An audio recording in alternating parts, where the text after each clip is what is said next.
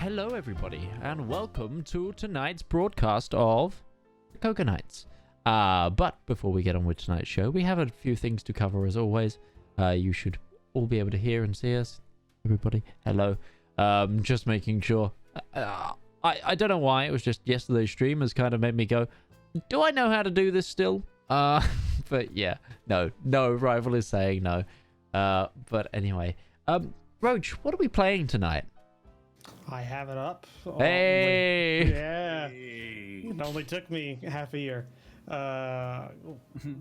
Midge, we're playing Urban Jungle, which is made by Sanguine Productions, who brought us other RPGs such as Iron Claw, Bleeding Edge, and the Cardinal game system. Right. Currently, and since we started, you can get Urban Jungle on their drive-through RPG page on discount, like a quarter, like it's a quarter of the full price if you buy both the print to order and the PDF versions, like $25 where it's normally $100. So that's amazing. And for reference, I have in my notes here, as of right now on September 28th, it's like a note of when that deal was started. So it's still going. So get it while it's tepid. I don't know. It's not really hot. It's at this point. It's just kind of there. Lukewarm. Yeah, it's more lukewarm. And Mikey, who's our artist for this show? Our artist is the Fantastic Seven.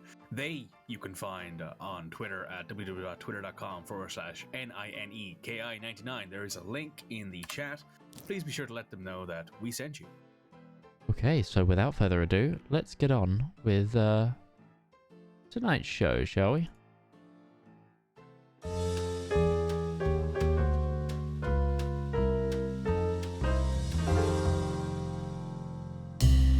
Tricogha. It's a city of dreams, they say. They might have even been right once upon a time.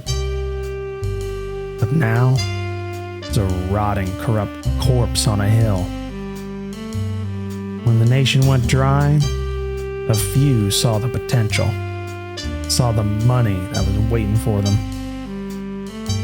Now, you can't go a block without passing a speakeasy, even if you can't see it. And you'd be surprised just how many upstanding citizens you'll find at a table with a glass in their hands.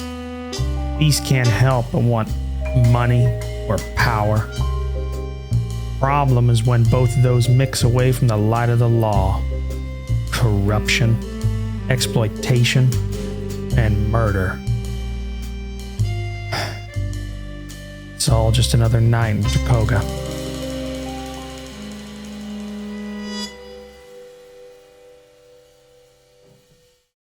And we're back. Sorry, I just looked over to my other monitor. I just scared the life out of everyone. We were having a conversation. I was like, I looked over to my other monitor. So, trailer's almost done. It would be fine if Midget wasn't the one that started the conversation. Yeah, exactly. Yeah, we were all just waiting. Yeah. I was the one with the problem, as always. Which causes the problem, and we fix it. Always. I am the problem. I am the problem. So, for everybody who isn't in the game yet, probably should. Oh, yeah. Can you tell it's been a long day for all of us in various different ways? Audience. It's been a lot. It's been a lot. So long. Apparently, 90% of the video game developer space was out of work today because Slack went down. So nobody was able to talk to each other.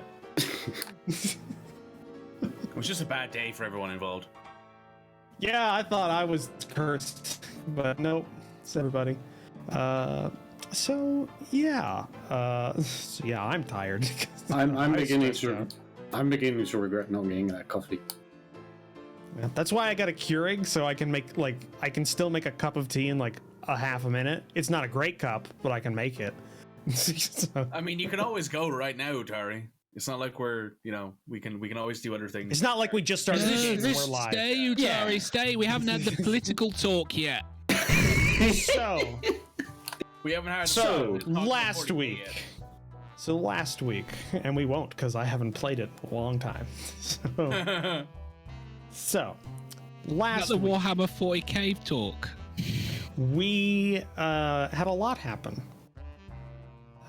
We had infiltration of sensitive areas. We had an uncovering of potentially a link between the Turners and the mayor. We had a breaking and entering, not conducted by any of you.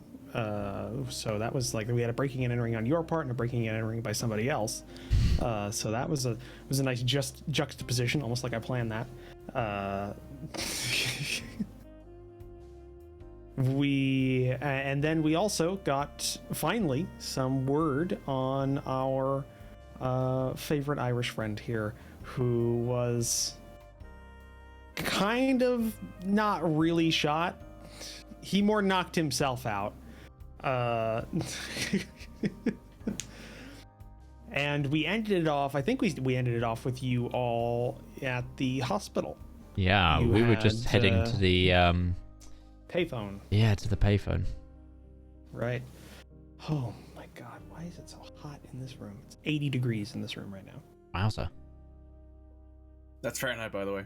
Yeah, Well, if it was yeah, Celsius, I'm- he'd be boiling, like literally. Yeah, He'd be close to it. I'd be close to boiling. If it was Celsius, I'd be dead. Yeah. Yeah. The skin would be physically falling off your bones at that point, almost like a small roast. This new graphics card's doesn't run that hot. It's a roach roast. You know, the roach roast. So it's fine. Need to go to liquid cooling. Long pig. So yeah, you were just heading off to go and make some calls to various individuals. I hope you remembered who you were going to call, because that was on you. We already called the police officer, and he was still out of town. Was the problem? But I persuaded the attending receptionist to get in touch with him sooner, to get him to call me.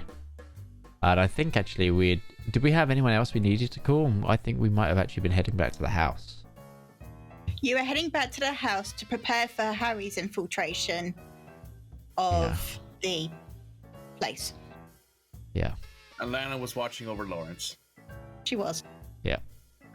Did we leave Miss La Pan with a weapon? I have a weapon. Do you? Do you still have your weapon? I doubt they take it off me. That might have thrown a little bit of problems when you went in for an X-ray. Why do you have a gun in your shirt? What do you think Shine. of a bodyguard? It's a good thing It's not a MRIs gun. don't I'm just exist. happy to see you. I mean, maybe. MRI, the thing just gets ripped out of his pocket. Yeah, just like. Good job those didn't exist yet. Yeah, Yeah. I'm glad that didn't exist. Yeah. But yeah, I assume at some point they gave me my gun back. Nope. No. No. Do you I can think punch- I know it's 1920s America, but it's not that. It's It's not that lawless. 1920s. Okay. It's 1920s America. It's not the Wild West. Before we Maybe your leave, then. sweat's back. Before we leave, then I turn to Roman and say, maybe we should leave Larance with a piece. He probably doesn't have his. Yeah, I'm not giving. Sorry. Yeah, boss. I'm not giving him a gun. He couldn't see which one of me was talking. What about Miss La Pan? Give it to Miss La Pan. That's a good point. Giving a loaded gun to a man with a gun. Okay. Did we give a small gun to Utari? Harry. To Harry? No, yeah, Harry has a 38, yeah. Okay, Harry, we'll give your 38 to we'll give your 38 to Miss La Pan just in case, and then we'll get you a different gun when we're back at the house, because otherwise You know You're what? not gonna need it. Lawrence will return the gun to you when he gets his own piece oh back. yeah, obviously, but yeah, just make sure we need to make sure that they're left with a gun. If you were gonna give a gun to Lawrence, you'd have to give him two. Do One for any each. of you have a knife? I am more comfortable with. Can you not steal a scalpel? I mean, probably. I don't want to keep iterating this point, but this isn't like an abandoned hospital. This is an actual working there hospital. are active people like here. It's the 20s. It's the doctors 20s. and nurses. So It's not that bad. I don't welcome to Tricogha General. You can come inside here, put your coats here. Oh, and here's a complimentary box of scalpels. You want one? Here, take 2 for the kids. Like, that doesn't, Scalpels, like- scissors. Can you find any of those things? I'm sure you could. I'm just saying the Master Thief should be able to find something sharp in a hospital. That's all I'm saying. Yeah, it's just the way it came out. It's just the way it came out. It's just like, yeah, it's not gonna do like it's not like they leave. It's like a pen. Well, hey, if John Wick can kill 2 people with a pencil, you know. No, I know. Actually, to be fair, is this before the time that they Pencil. kept getting clean scalpels? I don't know, like, Probably. Germ theory has existed for years. Yeah, Okay. it's like Okay. since they They don't have invented the antibiotics. microscope. No, which was I- in the 1700s. They knew Yeah. germs. They figured out existed. At that I'm talking about on the level that scalpels are today, where they're disposed of after every surgery. With the blades, I'm pretty sure by the 1920s they had like you could Okay. remove the blade. I think the whole Crimea War and sort of everything getting sorted out there sort of Yeah. has us Also, sorted everything for else ref- out. I mean, for you're not reference, going. this You're was not the going to. time when Gillette came out with the safety razor, which had disposable blades. Yeah. So, and I mean, that's you a know- pretty commercial thing. So, You're definitely not going to 1915. find. Okay, sure. You're not going to find a situation though where like razor blades and scalpels are just wantonly abandoned everywhere. You hop into the doctor's office and oh look, in the pen holder is his favourite scalpel that he always uses, I mean, maybe. along with He's got hash along with marks his in it. fountain Hey, I pen learned and stuff something like today. That, Yeah. a disposable disposable surgical blade started in 1915. Yeah, there we go. And that you could also get them for $3.99 in the UK. Huh. That sounds about right, because you could get a box of 50 like safety razor blades for Oh, like, that's for 10 of them. for like super cheap back then. I remember. And they still are. It still is cheaper if you get a safety razor to buy the razor blades rather than to buy Gillette Oh, 100%, disposables. yeah. Oh yeah, It's no, it crazy. is. It's just the psychology of the fact that you were just using a single razor blade, and it's like, I mean, I use a straight razor today to shave, and it's yeah, fantastic. no, not with my hands. So, I'm I gonna like get... to think that was all in character. No.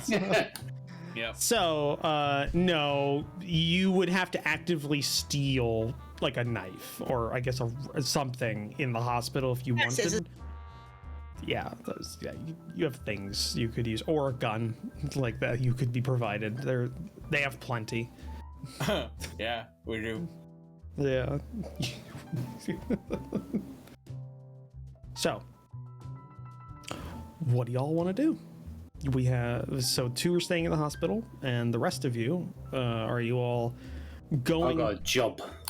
Yeah, but the question is Harry just going by himself, or is he going to have like? Are you planning on having an Overwatch outside, a I could getaway do- car? I could do with that. Someone sitting out waiting on me. There's a get out of jail clause. But I'll be going in on my own, was the plan, since I'll be going in as one of the cleaners. Yeah. So if that's the case, who wants to do what? Hey, Take him to the I'd say cleaners. we'd send Larance with them. oh, yeah. Send them out the brain trauma. Fresh out the Sounds like a good hospital. idea. Yeah. Fresh out the hospital. Hey, I kind of can't go. no, you can't really. Yeah, I can't really be seen to go. Because there's a certain copper who's going to be coming around to the house at some point. Hopefully. And if he turns up and I'm not there, I don't trust my boss to, answer his questions Correctly. with any semblance of, well. Just well. Plausible deniability. No, just well. Just well. Well, okay. Yeah. All right, so Harry, you're going in alone. So, Have fun. yeah. I trust you, Harry, with your job more than I trust my own boss. So just to iterate, not that this will come up, I don't think. Does Harry have his gun? No, we gave it to the pan, didn't we? Okay. Can we So- give him a weapon now that we're back at the I house? would avoid giving me a weapon for this particular instance. I was about to say that, yes. Okay, It'd fair probably be enough. better off if he went in without a weapon. Because Then it's Oh, more like- believable. Yeah. I'm going to be going in as a cleaner. Do you think the average cleaner in this city goes around with Yeah, a that's sweeping very, broom very true. and a sweeping broom? Yeah, maybe. The man has a point. Maybe. Solid. You know, it's Solid 50-50. Solid 50-50 on my Yeah, solid 50-50. Well, I mean, don't forget the fact that, you know, I'm going into, like, government building, you know? Yeah, going into a government building, breaking Depends on in the- after hours. It depends on the this is- district that the person was living in when they're walking 'Cause from this- work. This isn't a modern. This isn't like, you know, modern government. This is like they close up after like dark. Like this is like the I building. believe the whole thing was we note that they do have cleaners going in. So Yeah, but I'm saying that's the what I'm going active. I'm saying the only other people in there are going to be security and in. Right. cleaners. Okay. So that's And Lena's told him everything he needs to know. So where the office is, where he can find the key, which bitch he's already looked through. Yeah. right. Okay. Well, let's get to that then. So Harry, you get your gear that you procured earlier yesterday, I believe. Your older clothes, not your newer ones that you've gotten, and some coveralls. Kind of look like you belong, and head into the central part of the city where the city hall is located. How are you? And you're trying to just go in through the service entrance off to the side. Yeah. Which would be the way that a cleaner would go. I thought It's going to go in bold as brass. Uh-huh. thought I had pressed that already.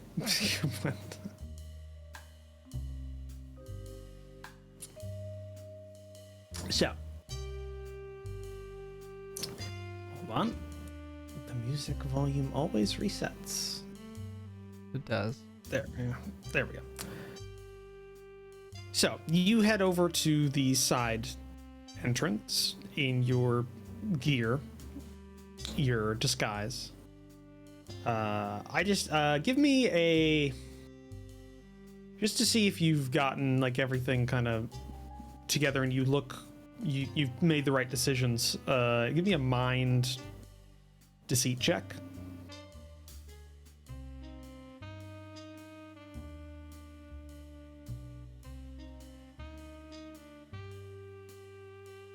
To success. Okay. So you think you look pretty good. Like you check yourself out like in one of the shop windows with the light of a street light kind of giving you some illumination. And you think you're pretty close from what you saw yesterday whenever you were observing the other workers. And you stride in as if you are meant to be there without hesitation, as you have done previously. Question: are you playing music? Because I'm not getting anything through Sirenscape. Yeah, it's playing. I can hear it. It's playing.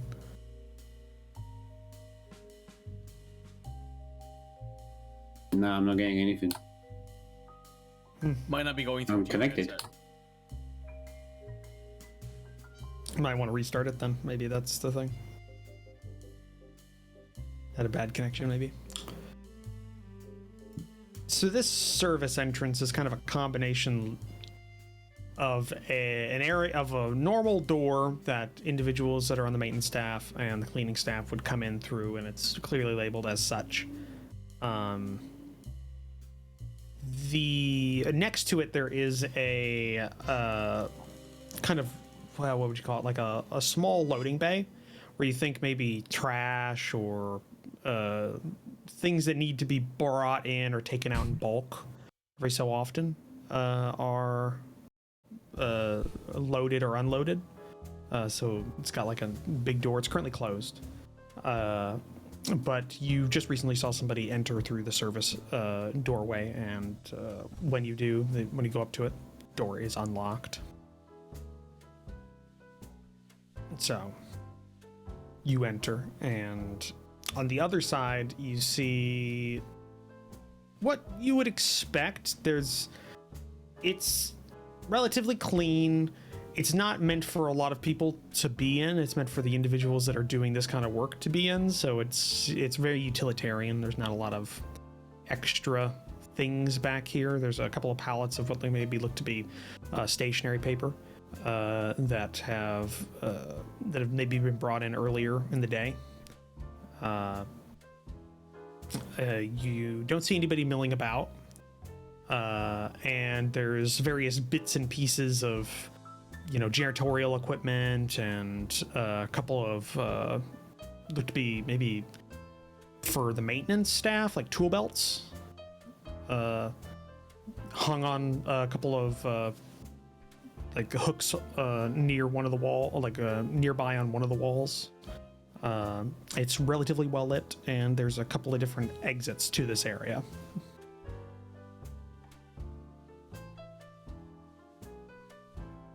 So what would you like to do?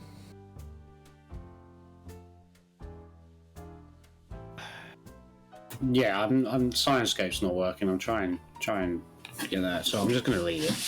Right, let's have a look at the note. How La Pan sorted out. So there we go. I restarted it. That fixed it. Right, okay. Sorry, I kind of half missed things there where I'm desperately trying to get that flipping my work. First things first is I need to make my way towards the secretary's area to go get the key.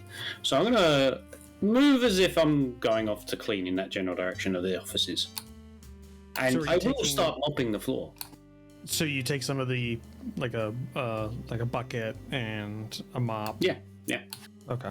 So you take some of the gear that's around the area and you start heading out. You know from your note that the area you need to go to is on the top floor.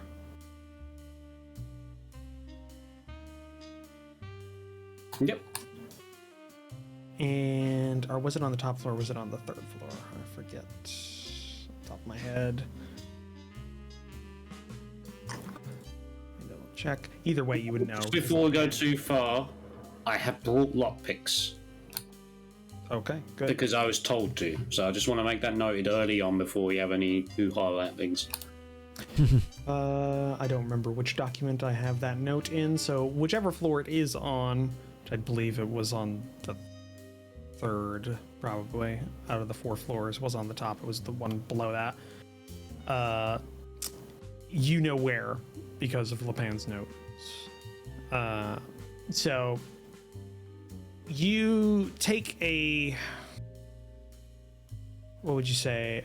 You take not a direct route if you're trying to be inconspicuous towards where you need to go. So it takes you a bit actually to get there. And it's not like there's just like teams of janitors like going through here. It's a very, maybe if you had to guess, there's from just the general activity you kind of observe, maybe 20 people in this building, maybe a little bit more, a little bit less, kind of around there. Just people that are in for the night shift to get everything done. You can see one of those individuals taking like stacks of that stationery paper, and they're just like putting like pre-measured packets of paper down in front of like secretary desks that, you know, copy things, that kind of stuff.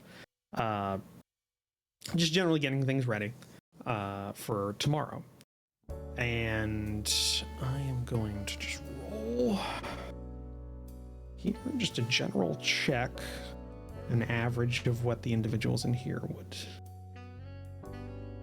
would have, which would be d6s. So I'm just gonna roll and see if they spot you. I'm gonna need you to roll. Let's see here. Probably a 12. You'd probably want to do something with your stealth dice here. It'd probably be you're wanting to do.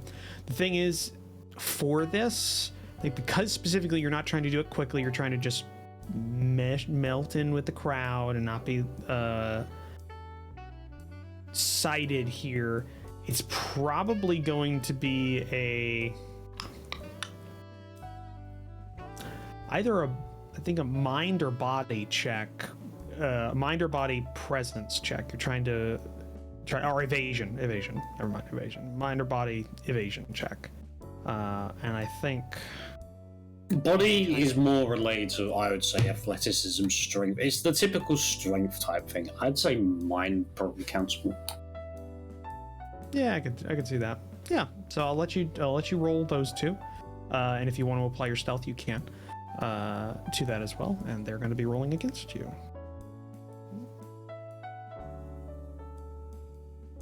Oh, those are bad rolls on what would be good dice. Yeah. Oof. So you get to the second floor.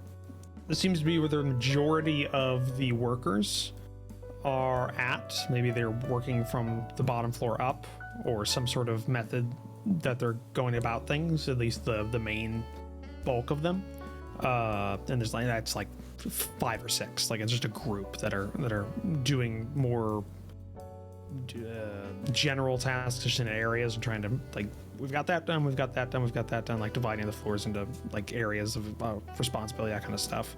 So you get on that floor, and you have to, because of the way this building is structured, you have to kind of cross to get to another stairwell, because this is the 1920s, so nothing's built safely. This is the central stairway. So while you're crossing, here's the thing. They got 2 successes with they got a 4 and a 6. So I think, if I remember the rules correctly, and I've only been playing this game for almost half a year now, so I think I might know them. That means they just barely beat you by 1 on the second die, because the 6 cancels each other out, but they did. You have an unanswered 4. So what happens is, on your way through, and you're kind of, you've got your pail and you've got your mop, and you're just walking through, trying to, just nonchalantly going through here. An individual who looks to maybe be doing maintenance work. They don't have any cleaning supplies. They have one of the tool belts, and it looks like they've got a box of light bulbs near their feet. They're on a little step ladder, and maybe a couple of bulbs blew out, and they're replacing them. They look down, and they look down, and it's this kind of tall horse that is doing the work. They look down and they say, "Oh, could you hold this for me?" He holds out a flashlight.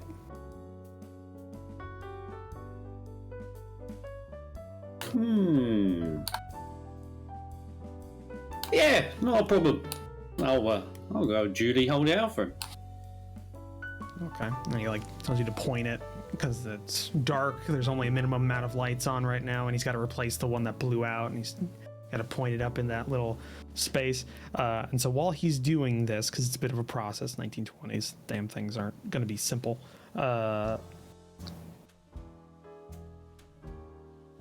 You think you're okay, and then a half second later, see him stop, and it kind of, it's like a little sign on his face of, wait a second. Looks down to you. When'd you start here? First shift tonight. I wasn't told about that.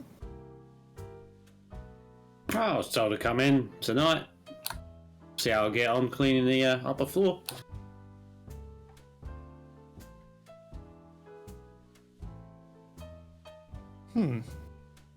Who's your supervisor? Who's your supervisor? Oh, fuck, what do I do here, guys? Make up a name. Well, What would be a typical... What I do is say, I have no idea. The Alderman got me a job. He just said, Oh yeah, time to the Alderman. Yeah, smart idea.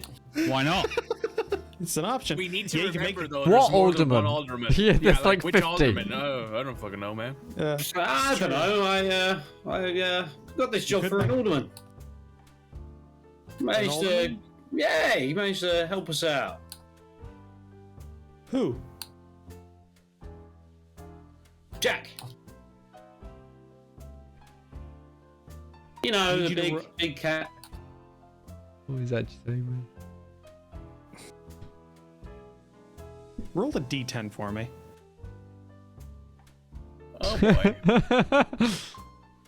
Oh boy. 7.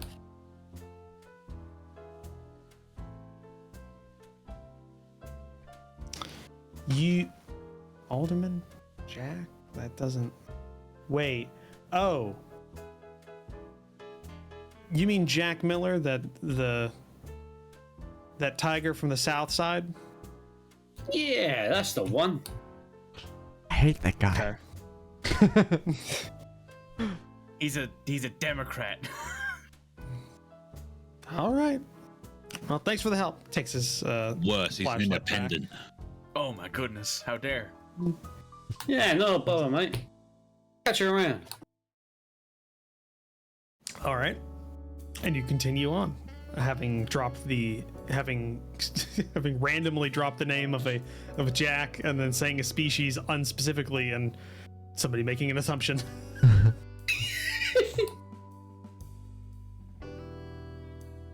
And it just so happens Jack, one of the most generic names in the English language in the United States. There is also another Jack Alderman. There's 2 out of 5 people, Roach. Whoa, you got me all hot and sweaty there. Put me on the spot, asking for a name. Yeah. I would know. Whatever you said, I was gonna make you roll a luck check. Yeah. They're gonna say, yeah, no, my supervisor's Bob. All right, roll a d10. Let's see. Alright, so are you talking like Robert or is his name Bob? Yeah, then you roll a 10. Oh, yeah, okay, I guess you are Bob's. Okay. And then just go. Yeah, Bob did lose a guy last week. So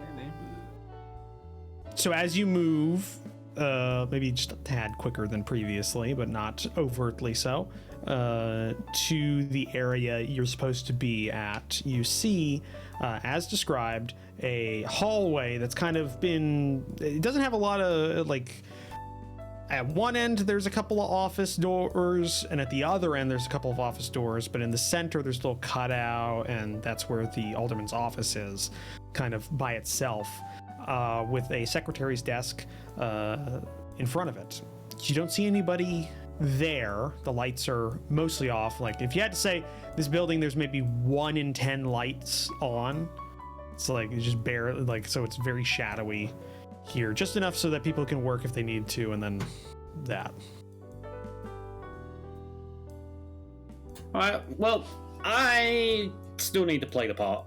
I'm gonna start mopping up the floors and sort of nonchalantly work my way cleaning towards the secretary's desk.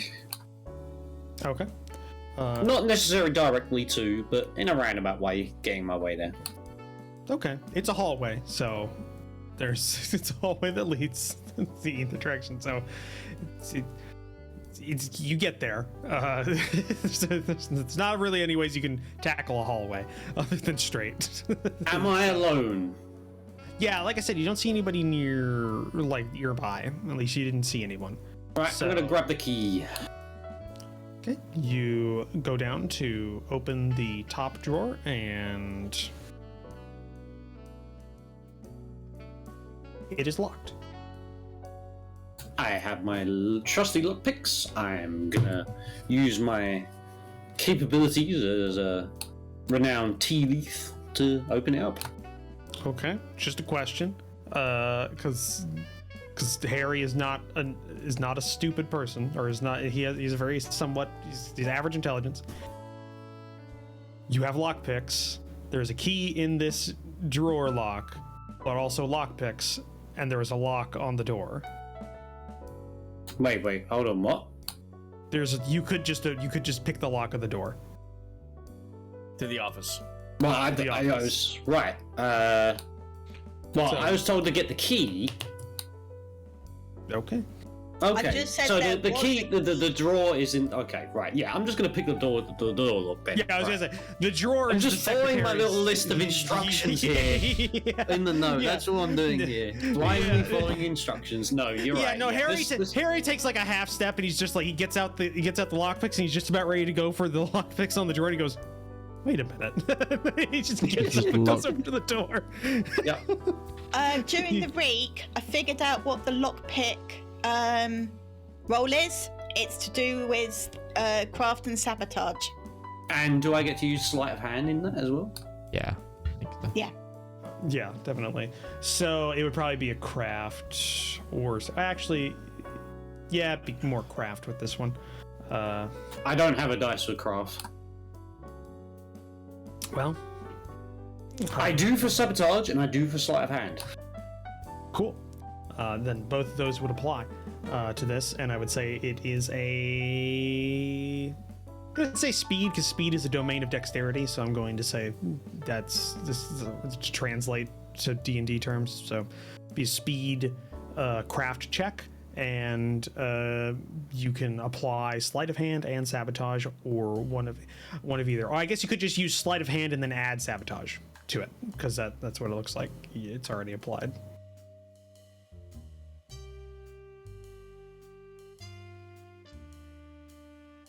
Three successes. Much like Vaxildon from the Critical Role. He can't open doors. No, he can. Remember? He can pick some locks. It's just like Yeah, not it's like doors. the lock. Yeah, the lockpick goes in, and then it comes out, and the door is unlocked. It's just like it's like one quick motion. This is like 2 tumblers. It's just like, all right, well, it's just like not really keeping anything safe. Yeah. I mean, it is a public building with public expenditure, so, you know, they say, right? Made by the Lowest bidder. Yeah. Yeah. So I'm going to bring the mop and bucket in with me and then close the door behind me because an abandoned mop and bucket looks suspicious. yeah, they would, and that means people passing by would have gotten an extra die on their check. But yes, though they don't get that anymore. So, I'm smart. I'm learning what Roach likes to do. it's only been 3 years. It's fine. So, yeah, you enter into the office, and much like Lena when she was here, just a little darker. So it is a fairly average office, like something you would see, like a coach, like a high school football coach kind of office. It's got things, a couple like reference books on a shelf. It's got some pictures here and there in frames, one fairly nice desk with a couple of bits and bobs on it, and a filing cabinet behind it. And you've also been told there was a hidden book, I wouldn't call it a safe, a little hidden book space thing that's got a couple of nice cigars in it, and various other papers. And the desk is locked, as well as the 2 top drawers of the filing cabinet. We're going to go after the desk first. Also, Lena did not have a lot of time in this office when she checked. So if you wanted to take a longer time looking through it, you have that option. Just, Which I would take advantage of. I'm going for the desk. Desk first. Okay, cool. Desk first. So you go there, give it a little, test. It's locked. So roll another sleight of hand sabotage check. Who is messaging me?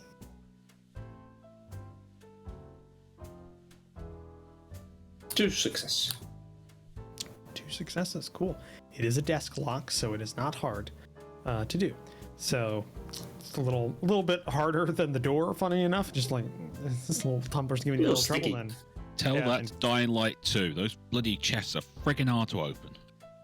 I don't have any context. So and then the door or the drawer opens, and what you see is on the inside. This is like the top drawer for the desk, so it's the big, like, long, thin one, and inside there is like papers, a couple of stacks of papers here and there, some staples, various office supplies, a couple of pens, a little writing pad that's a smaller, like the one on the desk is like a legal pad. This one's like a notepad, like, so it's the smaller form factor one, and that's what you see when you open it.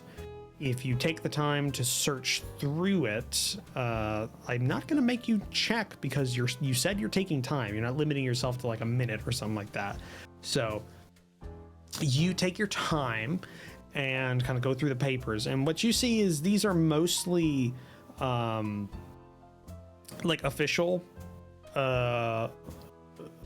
government like paperwork.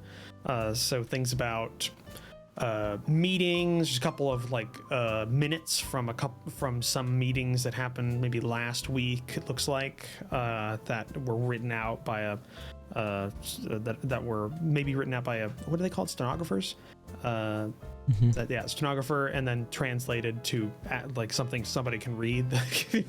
So and it's just like looks like some sort of maybe budgetary meeting or something. He was in a couple of random bits and of like notes written on like full sheets of paper that haven't been like they don't have anything else on them. Like he scrawled something down quickly and then put it in here to remember it, and it's stuff like he has a time written down and then dry cleaning, and it's underlined, and like various mundane things, like nothing untoward, like something you would expect to see in a desk, like the top drawer of a desk of somebody who's got too much work and not enough time to do a lot of things. So he's putting notes down where he needs it. And that's what you get from that desk drawer. There are 4 drawers on the 2 legs, or I guess like on either side of the desk. Just make one check, and we'll just we'll see what you get out of those.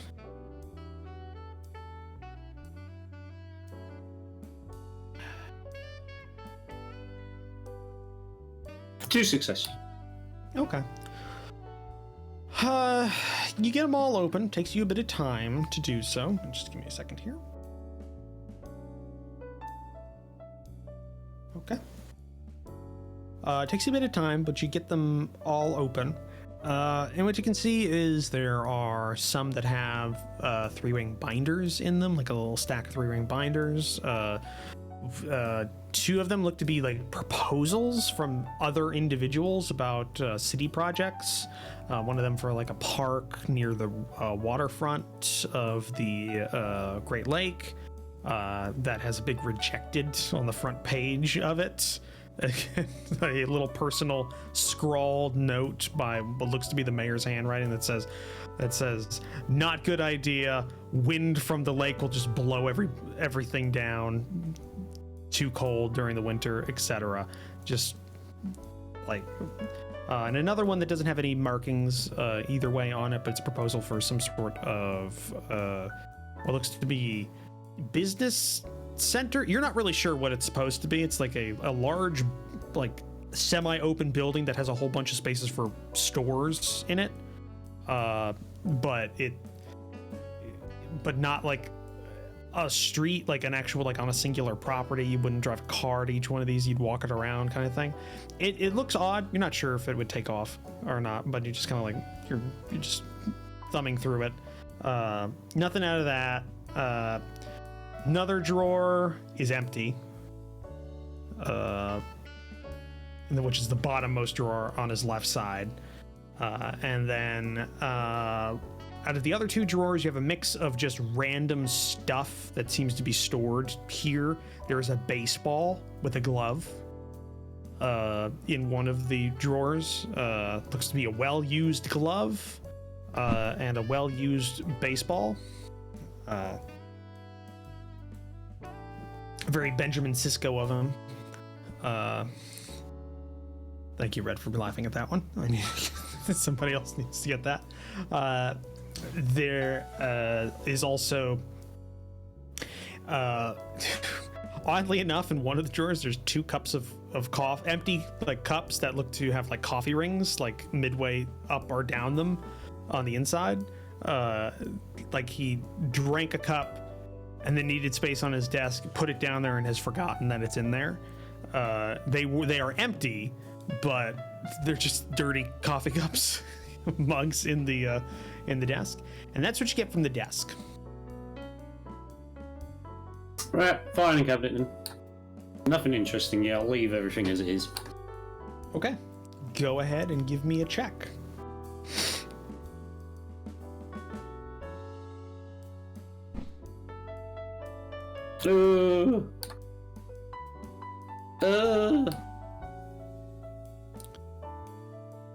Okay. So you have some problems here. One, you break a lockpick. You try and like force this, what should be a dinky little cabinet lock. It shouldn't be hard. You got through a door in like a second. But you try and force it and it just cracks the tip out. It's enough that you can still get it out, so it's not going to leave evidence there. But you realize this is a beefier lock than you thought it was. This is not like this is a post-purchase add-on. Like a better lock than what originally was in there has been put in. Also, give me just a mind observation check.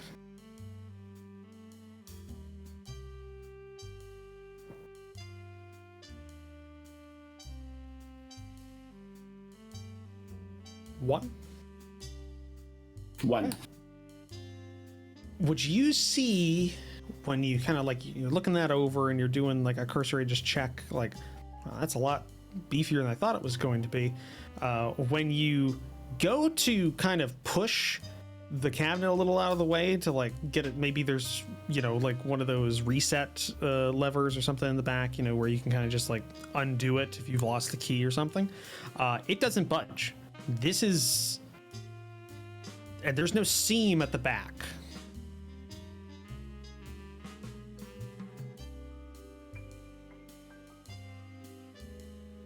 As if it is not separate from the wall.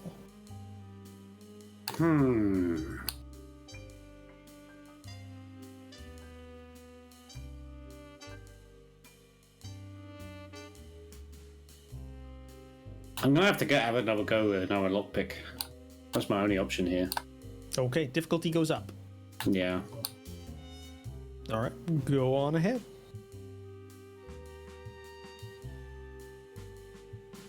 Where were you earlier? 3. Which was the difficulty? It was originally 2. All the other ones have been 1 so it far. stumped me before, but now I've got this. Now that you know, after having broken a lockpick on it, you give it like a once over. Okay, you kind of go through your set and you go to like a beefier pick like one that's a bit stronger, a little bit less springy, and ease it in. And it takes you actually some time. This is complex for a filing cabinet, but then you realize it's not just a filing cabinet. This is something else. And you spend some time. Tumbler one, another tumbler, another one, and finally you click, and you're able to turn the lock, and it is unlocked.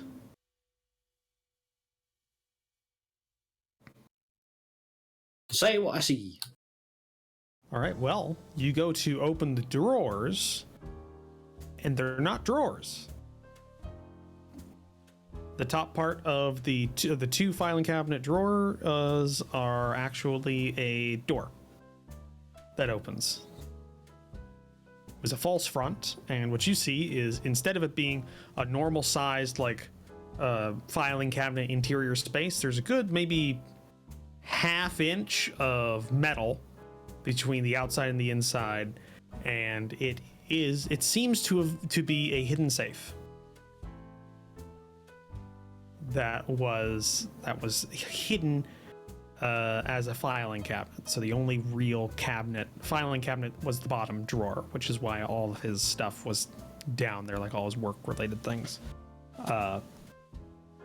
And it's deep. Like, this goes into the wall by maybe like 6 inches, you would say. Like, you can get a good part of your arm like in it.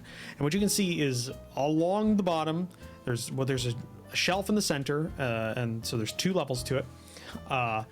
One, you see there is just on the top one, just a stack of greenbacks.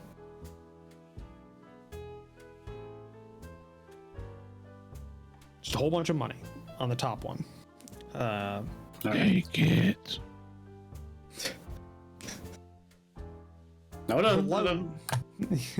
Below that, you see what looks to be just two deep stacks of not manila envelopes, but it's like that, those little like dossier folders, I guess would be the word. Just like a two deep stack of that underneath the money, like on the bottom shelf. What would you like to do? Let's check the folders. Okay. Looking through the folders. Just give me a D10.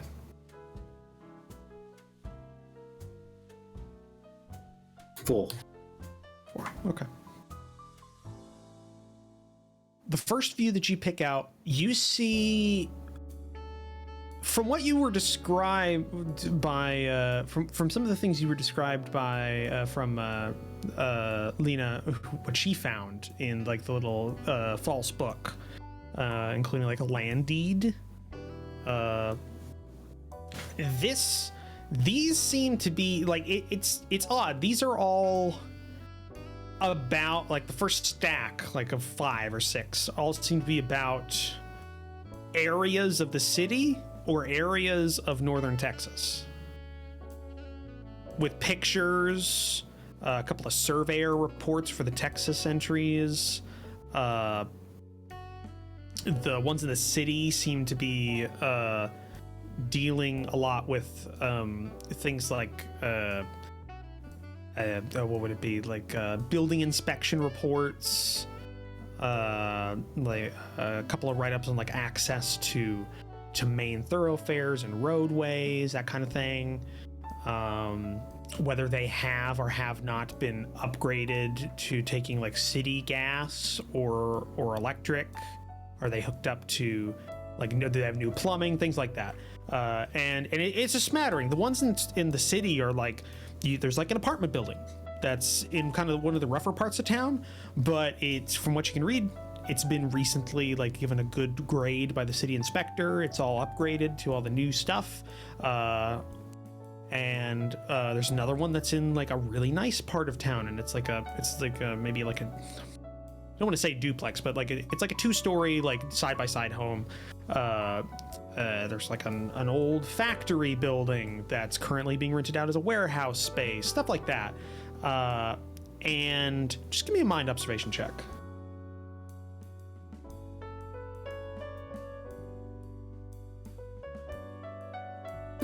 One. Okay, so let me double check something here.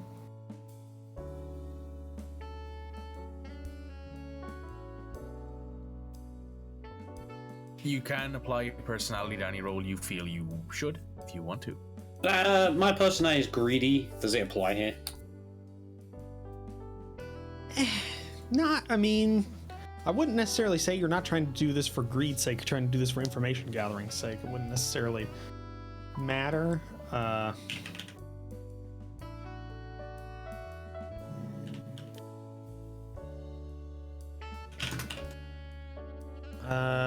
So you do notice this out of the city like entries, all of the buildings have a listed owner, and so all of the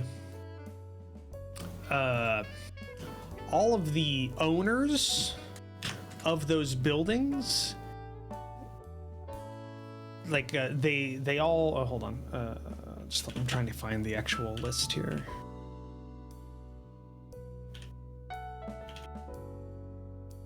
Come on.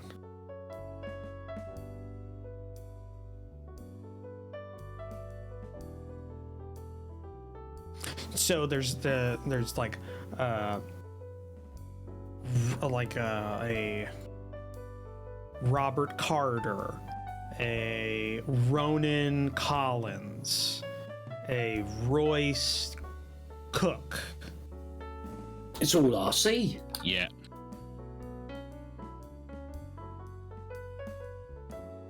Oh, I'll be taking that.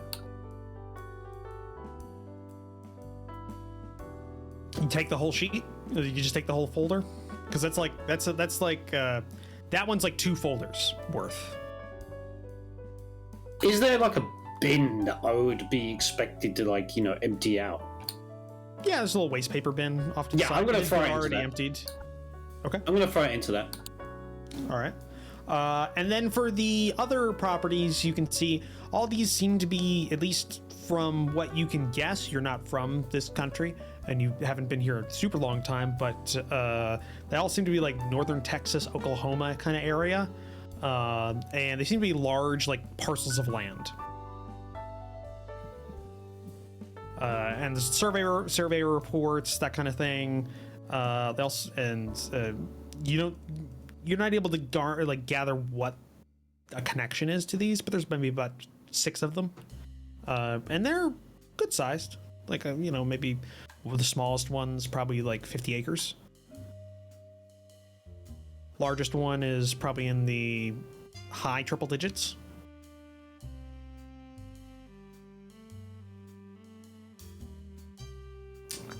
The rest of that was the first stack. Second stack doesn't deal with property, it deals with people. So he has dossiers on several individuals, one for each. And so you look through, don't recognize that one, looks to be maybe an alderman of some sort. You're not totally familiar with them. Go to the next one. Don't really recognize them either. Probably a government official. This one's weird. This one isn't from the city. This one's from somewhere, and it says like a municipal, maybe like a municipal leader somewhere in like southern Oklahoma. Got that. Some mayor in Texas. Got that. This one you very much recognize. It is a picture of a heavy-set raccoon. That's last name is Baron. Is Mr. Baron. and it's a dossier on him and his connections with a gang and the outfits that he was a part of. It's nothing necessarily new to you. Like, you worked with Mr. Barron or for Mr. Barron for a while before getting in on this group. But that's weird. That's there. So far, this has been like government officials. And then the last part of the snack is almost no government officials, but people that are big players in the outfits of the city. So he's got one on, the leader of the Blue Boys. He's got one on a, you're not totally familiar, you're not sure where he is in the ranking here, but maybe one of like the Irish outfits in the city. Like, and you can read it's like a individual left after the whole like independence movement, kind of like the original got broken down. Things like that, pretty hardcore. And finally, you get two that you definitely recognize. One is on a Mr. Jack Roman. And the other one is on a Mr. Patrick Muldoon. How much space have I got in this waste bin? I'd say you could get him in there if you want. And what about the money? Could I fit the money in there? I need this to look like a robbery rather than just me breaking in for information. I need this to look like I just swept him clean. Okay. You could fit money in there. When I say waste paper bin, the thing is it's like, well, I've got trash in mine. It's like a mesh one. It's not like a solid, like metal thing. It's like a mesh. Yeah. Well, no, it's mesh. You can see through it. No, I get where you're going. A wire one. It's not meant for. Yeah, it's not meant for, like, actual trash. It's meant for things that you just like. That paper's not worth it, or maybe this wrapper. I just put that in there. Stuff like that. Even though Okay. What I could try and do then is. Here's what I'm going to do. I want to put the money in, not necessarily the sacks, or at least get the money into the middle, and then all the dossiers and these land grants, take them out, screw them up, and put that around so it looks like the waste bin is full of screwed up paper. Right. Okay. Give me a mind deceit check. Fantastic, Mr. Fox.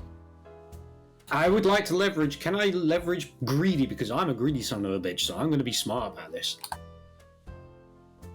Sure. Because he's trying to get the money out there as well. Yeah, 2 successes. 2 successes, high 9. Okay, cool. You did that.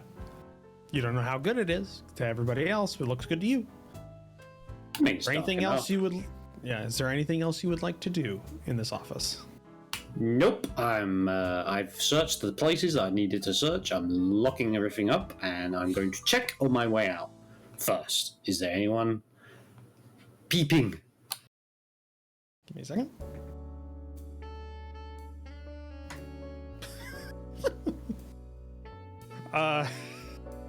Just so happens as you like peek out,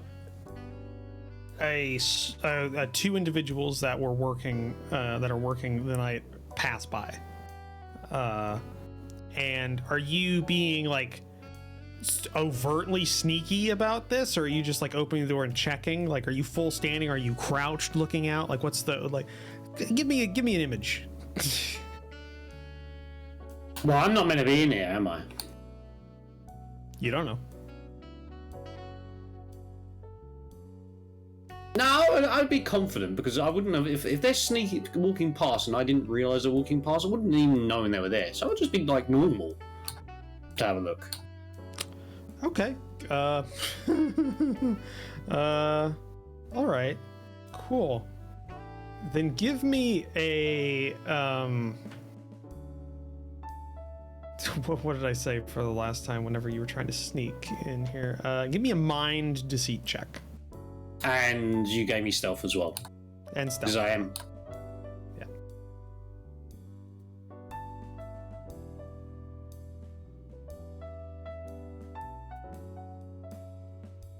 Oh. So 223. Got it. Oh, this is going bad. Awesome. Okay. Okay. They don't notice you at all. They just roll 2 ones. So you open, and it's like, it's at that point where you're in their peripheral vision, but it's like it's like we're 4 hours into a shift. My mind is shot, and I don't have the run time anymore to care. I'm just focusing on, I have to get here to do this, and then do that, and then I can go to bed. Kind of thing. So you just open the door. You just open the door. You look all confident. They don't even break stride. They just keep walking. Like totally bad like cinema thing where it's like, oh, nobody has peripheral vision. That's how badly like everything is like they have they just have that. All right, well, I'm gonna start making my way back towards services. Looking like I'm taking out the trash. Right, cool. All right, I don't know where the fuck my rolls have gotten. You look to now. Then. That was a 2 and a 3, so that didn't do anything. All right. So yeah, you get there. Nobody stops you. You look like you're supposed to be there. You're oddly enough taking a waste paper can like through the hallways, which definitely isn't how they do this, but nobody cares. Nobody cares. You look new and you're doing something wrong, but you're not on their they're not your supervisor, so it kind of plays into it is that they don't want to deal with you. You're somebody else's responsibility today. So essentially the fact that you do something so wrong is helping you look like you belong more because of the situation. So, and I'm gonna go straight out to the getaway. Okay, not even breaking stride, just like do. Did you leave the mop and bucket? No. I brought that with me. Office? Sorry, yeah, I'll leave them. No, you're right. I did bring them along as well. I've got the waste paper. I've got the mop and bucket. I'll put the mop and bucket down. Okay, cool. And then leave. All right, you do so. No one stops you because no one rolled over a 3 in the 3 checks I made. Wow. Yeah, that's it. They were rolling well on your way up. Like I was getting like 4s and like 5s and stuff like that, but you just kept rolling I just above. got great, yeah. Yeah, fuck me. Yeah, so you spent probably, I'll say, because you spent a long time and you read through dossiers and stuff like that, probably an hour and a half that you were in that building. But yeah, now you have a waste paper can with a whole bunch of dossiers, and I don't know, roll a d10 and 2d6.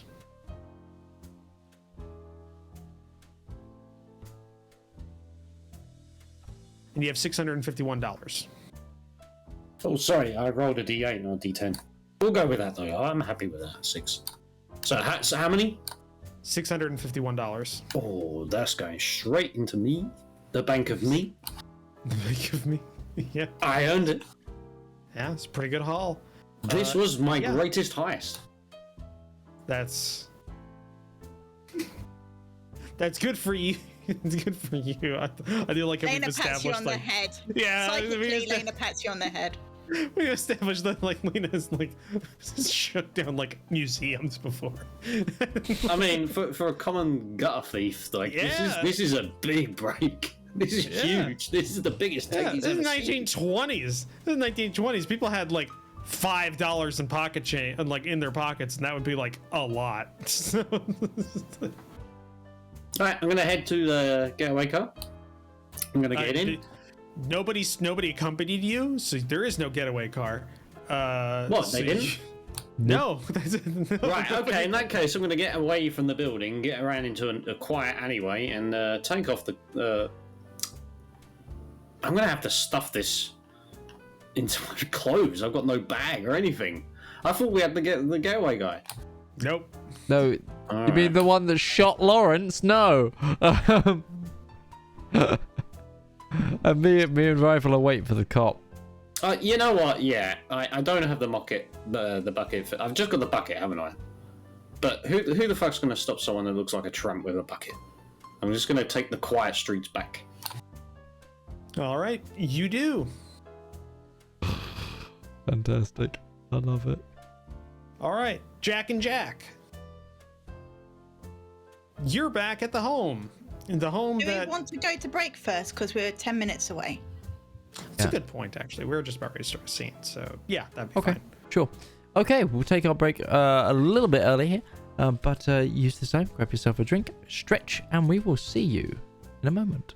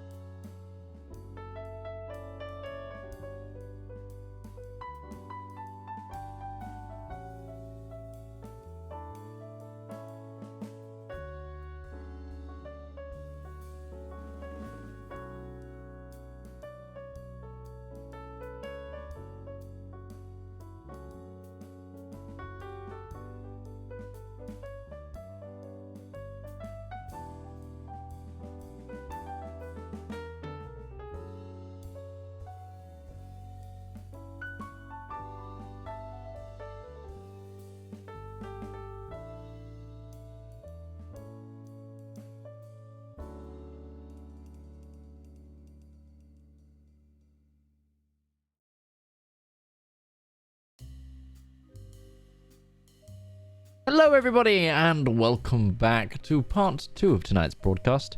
A heist was just successfully completed by our own man, Harry. Harry.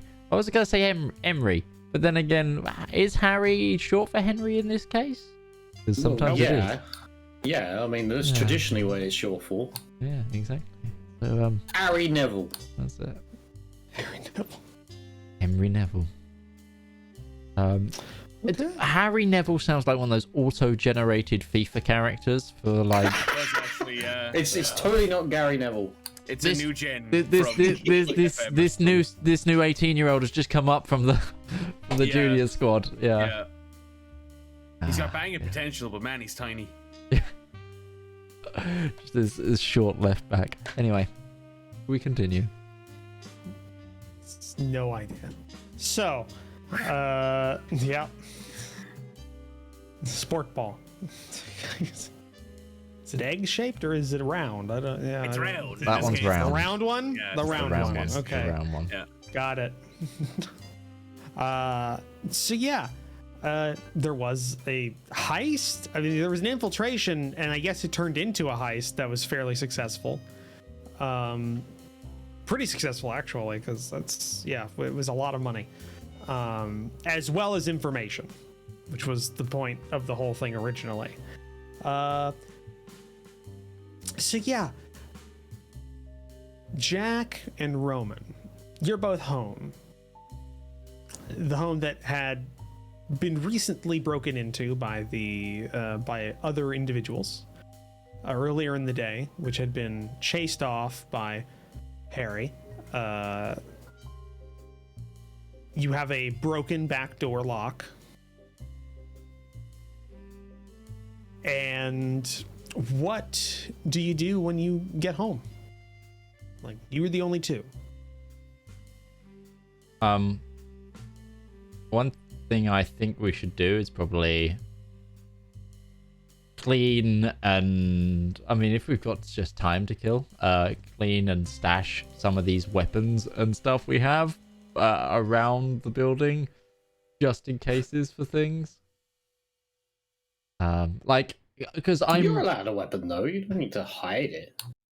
I mean, yeah, but some of these are bloodied, stolen Tommy guns. Also feels quite excessive. All have been cleaned. Yeah, they're all there for hunting reasons. Yes. You have no idea how many things need to be hunted in the urban environment. As I previously established, we all eat giant insects, so it's for the rad roaches. Look, the first An thing... exterminator gets 1,000-yard stare and just goes, I saw Jimmy just try and take out that grasshopper. It ripped him apart. So, like... It bit his head off, man. I want you to see that. It's like, oh my god. So, This is the Roman universe. is going to make Jack do is go upstairs and call a locksmith. Oh yeah, okay. That. Yeah, that's a job that still is a thing in this Yeah, period. Yeah, you yeah. don't just go to the store and buy a lock. Well, we have locksmiths still in the UK. Well, I guess, yeah. Over here, you would just, like, I did it. Like, we replaced our locks on all our doors, and we just went to Walmart and just bought. No, like you the know, locks failed on my car, and I had to get a locksmith in for that. An auto well, locksmith. yeah. Yeah. I guess so. I mean, he was a bit upset when the locksmith just went brick window. Yeah. Open. Why does he have that accent, Rival? Is that a commentary? That's basically people who break windows on cars. Yeah, I thought so. Like, I don't know a lot about UK culture, but I know that much. Yeah, you call a locksmith. It doesn't take too long. I would assume they'd be like one of the few things that would kind of function most hours. Like they'd be available, at least, you know, not at extreme hours, and it's still kind of somewhat early in the night, so it doesn't take long. You're a high-paying customer in a good neighborhood, so they come, and a professional, you know, comes up to the door, is let in, and they what do you tell them? How did this happen? Someone try to break in. Right then. And then they start replacing the lock. Why? Do you know anything about it? No? Is it like the shoe You're shine? asking a lot of questions. I don't like people who ask questions. Okay. All right. I'm just gonna continue to change your lock, sir. You should do that. Can we get him to put in some more locks in places? What? I pretty much get in to do whatever I fucking well please now. I want you, Midge, to explain what that request means. Do you want 2 locks on a door? Like, do you want- Like do you- deadbolts and stuff. You know, just give us some extra protection if people try to kick shit down. I don't think deadbolts were like a thing. Okay. Like common things in like domestic houses at this point in time. Because it Sure. was, yeah. Most people just kept their doors open. It's very true. Not in this city. Not in most cities at this point in time. So yeah, while they're doing that, and I guess you pick up all your guns before they arrive, so they're like somewhat centrally located. I just have an image like it's the equivalent of like those random like small novels that are on like coffee tables and stuff around like more like well-to-do people's homes. There's just a Tommy gun or a magazine on the coffee table. It's just like there. Yeah. For somebody to just entertain themselves while they wait. It's more like strategically positioned around the house, so Roman always has access to more than one weapon. What you trying to say? The truth. Trying to say that you'd be one of those people that's pay extra money to have like those bed like headboards, and they just have to like press a button and a shotgun rolls out, like just like get it in a second. Yeah, you're probably right. Yeah. So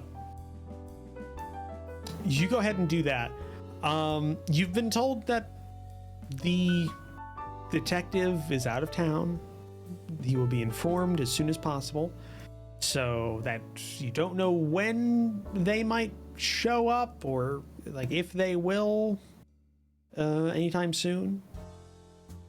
Is there anything you'd like to do other than what you've already said in the time? Do I have anything coming up in the work calendar that I have to do?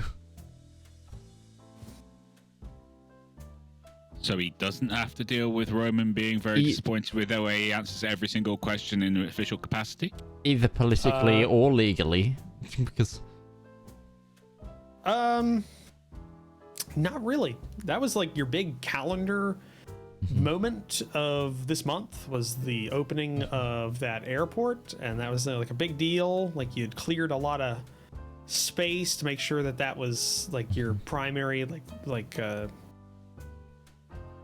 public event.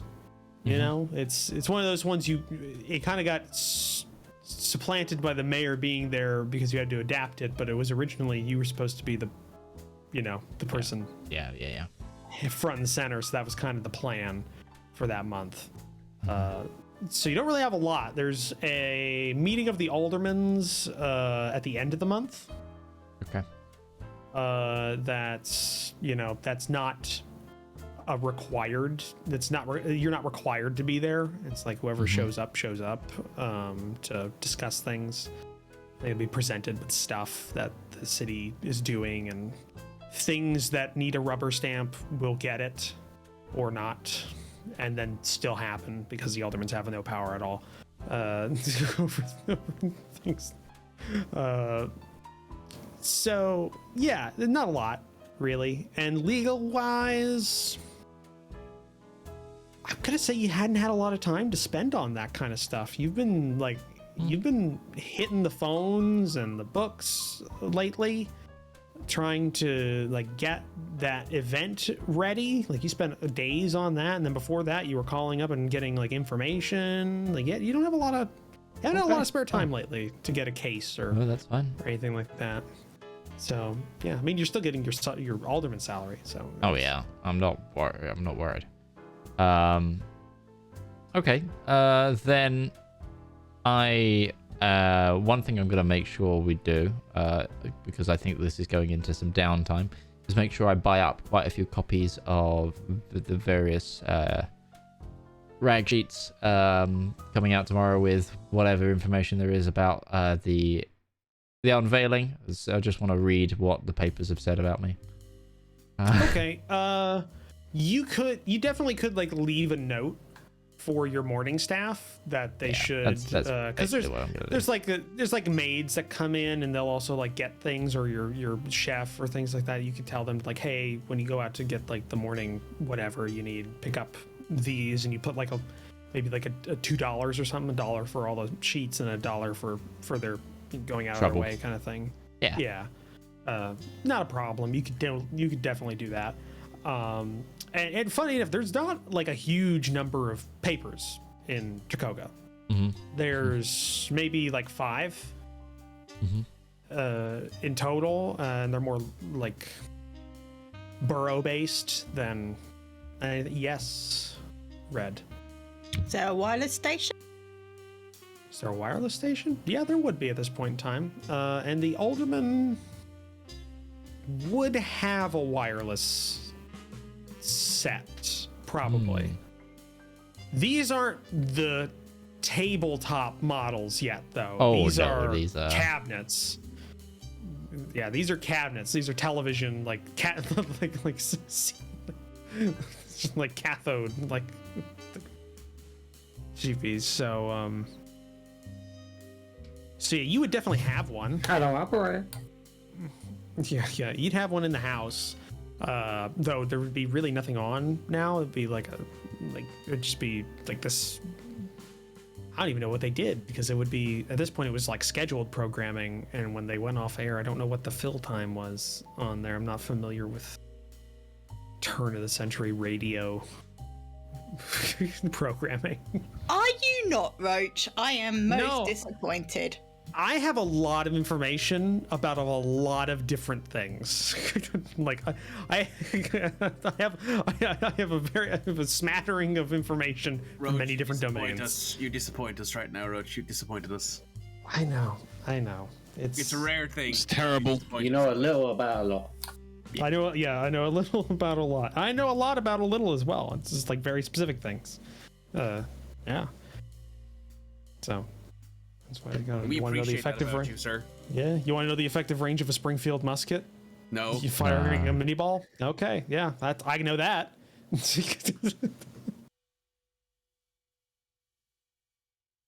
So yeah, depending on the shooter, it's several hundred yards. It's fairly accurate, actually. So you can do that. Roman, is there anything you'd like to do? Clean my guns. Okay. You definitely have the equipment to do that. Just to probably have more than you need. Probably like a bulk order of gun oil. There. On tap at this point. Yeah, tap. This has a keg full of gun oil. Yeah.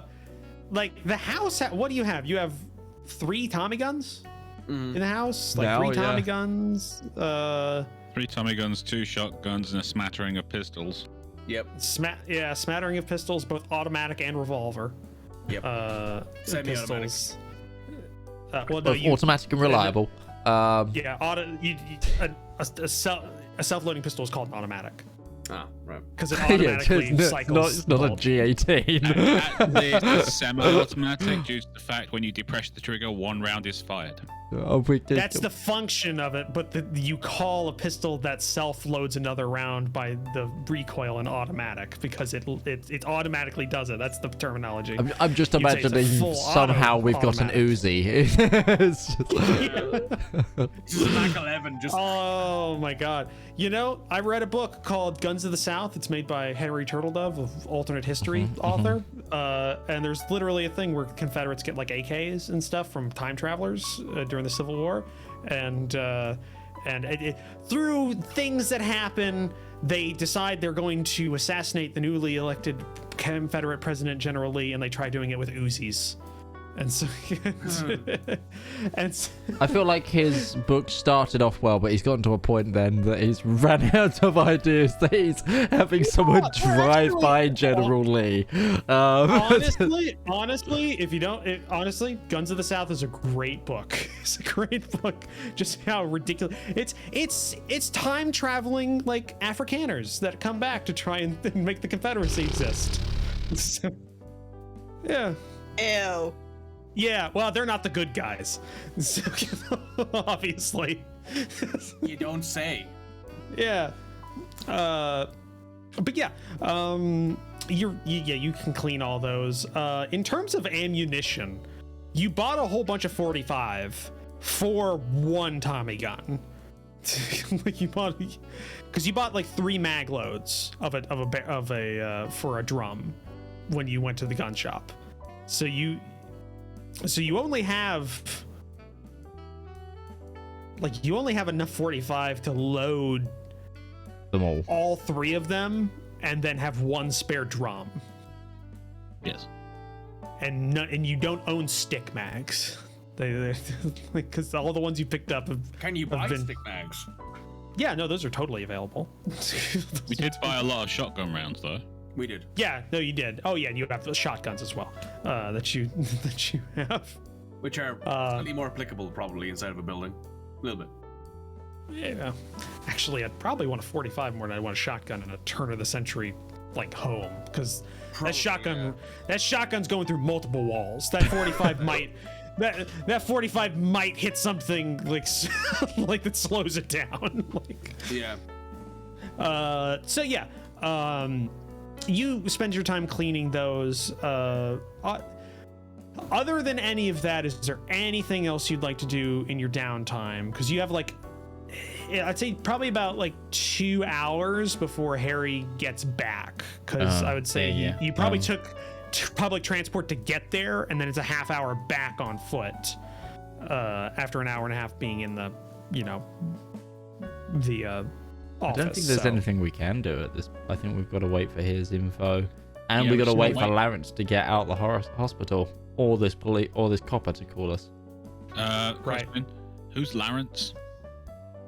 No, he pronounced it right. That's Larance. That's how it's supposed to be pronounced. He just hasn't corrected you any this time because he just gave up on it eventually. Yeah, it's not Lawrence. It's not Lawrence. Larance. It's Larance. Yeah. He's never corrected anyone because he's just like, fuck it, I gave up. I gave up a long time ago when I came to this country. Yeah. No, they probably would have said it correctly in like Boston, because there's no other way to pronounce it in Boston. Yeah. just the accent just cuts out. The letter U doesn't exist in Boston. Just doesn't exist in Boston. Yeah, it's ripped out of the alphabet. Harbor, in the harbor, Lawrence in the harbor. So, yeah, no, I didn't set it in that city. You're welcome. I'm grateful every day for that, Roach. Yes. And I'm not imposing the Chicago accent because I hate the Chicago accent. I can't hold it. Yeah, in that time then you do all that. Locksmith fixes the door.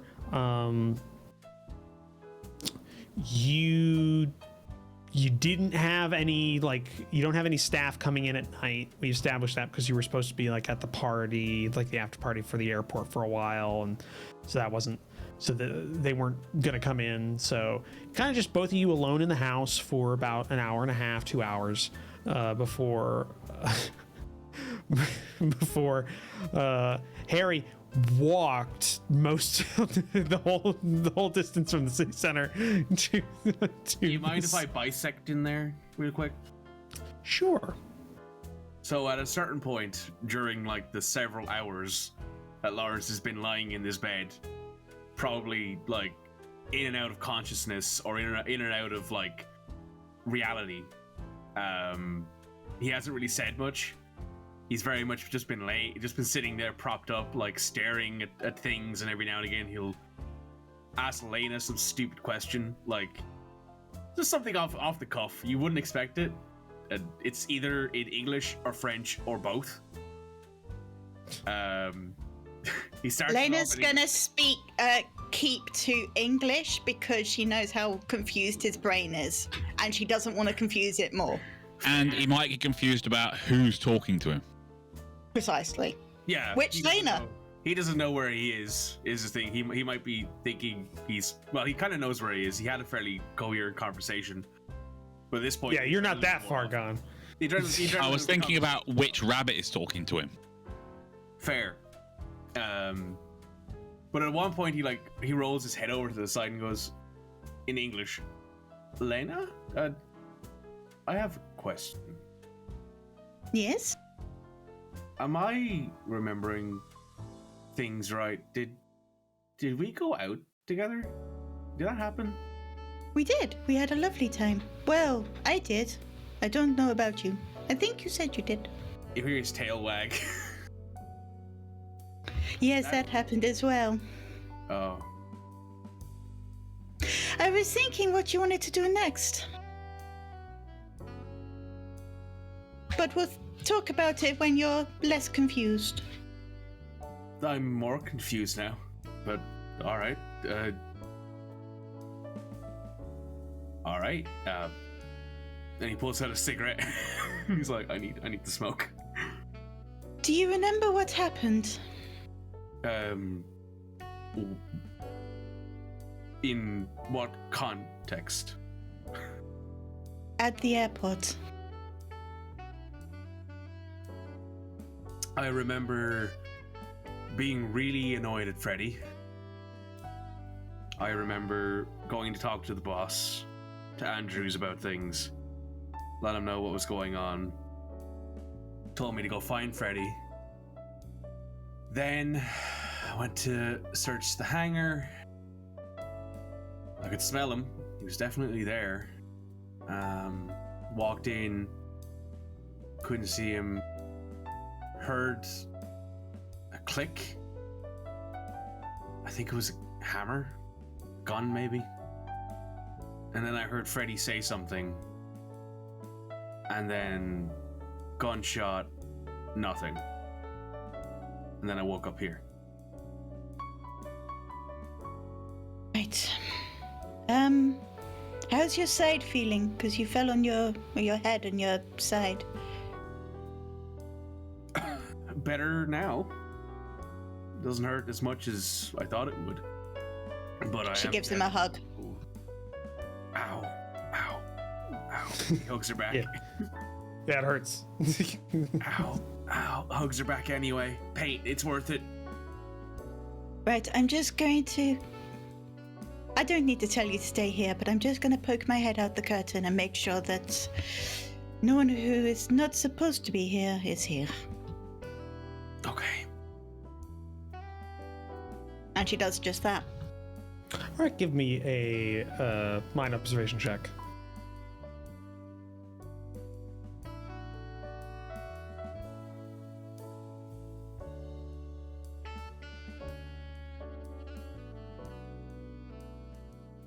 Two successes. You look out Yeah. the curtain, there's nurses and doctors, a couple of patients here and there. Like a shady homeless guy that's like sitting in one of the chairs, just kind of, just like maybe burn off the last of like a bender or something like that. Just kind of sitting Can I down there. tell what species he is? Yeah, he's like a scruffy, like mutt kind of guy, It's kind of sitting there. That species. The scruffy mutt species. Gotcha. Is it the littlest hobo? Can I take him home? Yeah.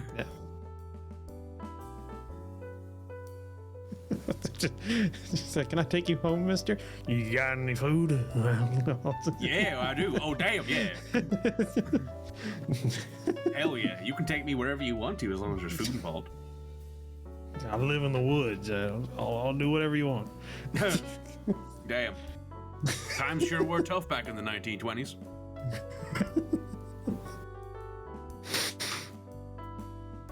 So once Lena comes back in and sits down, Larance will put a paw on hers and simply say, if someone turns up, run. No. I swear to God, woman. witch god, and still no. I was given a job by Roman. I have seen what happens when you disobey Roman. So, no. I mean, okay. As for a witch god, take your pick, I suppose. The one that protects me from Roman. Greek, Italian. I mean, you both. Literally Roman. You both Catholic. Yeah. Romans never. I would like to point out that Larence has never went to church. Larence has never done anything like that. So, for all you know, he could Culturally Catholic. He could be a Eoli pagan, for all you know. One of them wants to St. Patrick didn't get rid of. Yeah, one was one that St. Patrick didn't get rid of. You know. Anyway. I think is that enough? Is that everything you want to talk about, Red? Or? I don't know. This is your thing. Go ahead. That's I'm asking Red. She's just gonna, until the doctor comes to discharge them, she's just gonna try and keep him awake by sort of telling him stories. Some of them might be true, some of them might be true, but all of them involve her bouncing out of a window. All right. And back to the house, because I can't keep you together as a party to save my goddamn life. Literally, you got us back together at the end of the last session, and we just... Yeah, and then you immediately decide, hey, let's split up. Yeah. It's like the goddamn Scooby-Doo gang. Let's split up, gang. All right. So yeah, back at the house, Harry, you finally got home.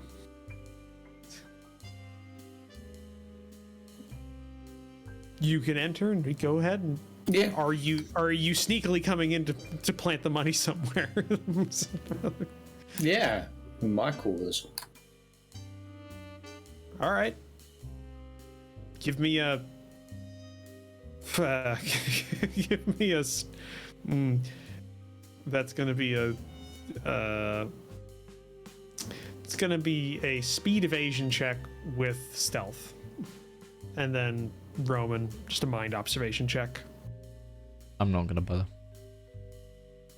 Streetwise, it's a criminal element.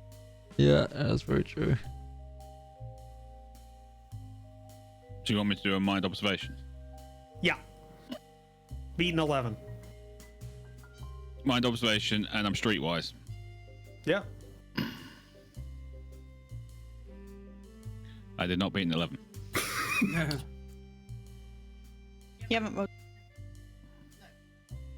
Nope. And a 12. So the 8 beats his 5. Hang on. But I've got a streetwise. It's D12. okay.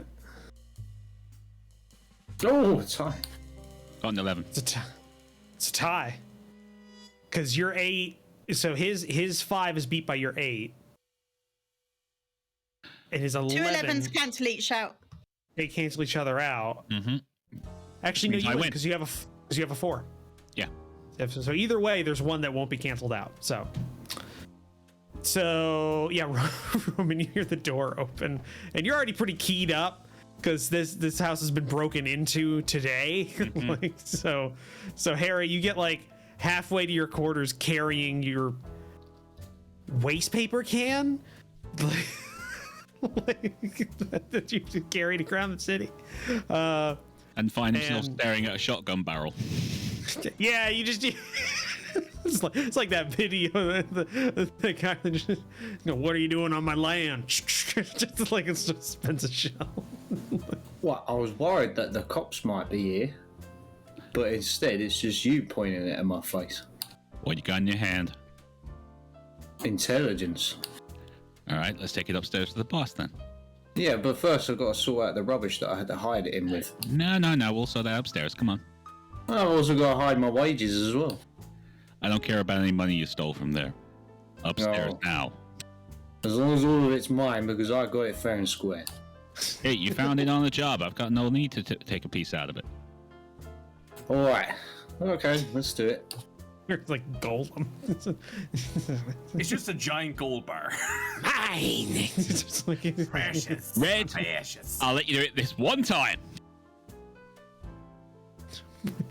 she's eating a candy bar. Yeah, She missed it. Oh dear, what a pity. Never mind. All right, she can do it. She can do it. precious. It's very good. Actually. Yeah, it's a very good Not bad at all. answer. Not bad at Yeah, all. it's very good. Ah! Golf claps all around. Yeah. So yeah, you take it. So Jack, you see Roman and Harry enter. Harry is carrying a waste paper basket that is full of like dossier folders. All right, boss. Apparently, Harry's found some stuff. He was very intent on making sure he got to his room before we opened the bin and all the contents. I'm guessing there's some cash in there. It's Harry's, okay? Fine by me. I deposit the contents on the desk, scrambling to get all the money. It's not even like money that could be misconstrued as like legitimate, because it's rolled up into rolls with the rubber bands. So it's like it like screams like this is criminal. This is criminal. So yeah. Well, he won't be going to the police to complain about this. Yeah, I get that. And yeah, you all see the same dossier. Basically, anything that Harry wanted to keep or show you, you were able to bring. So Yeah, all the dossier stuff. I think I took some of the survey information as well, which shows that it's all being listed underneath the. I did state that I was putting folders in there. He did. And then yeah, so it shows.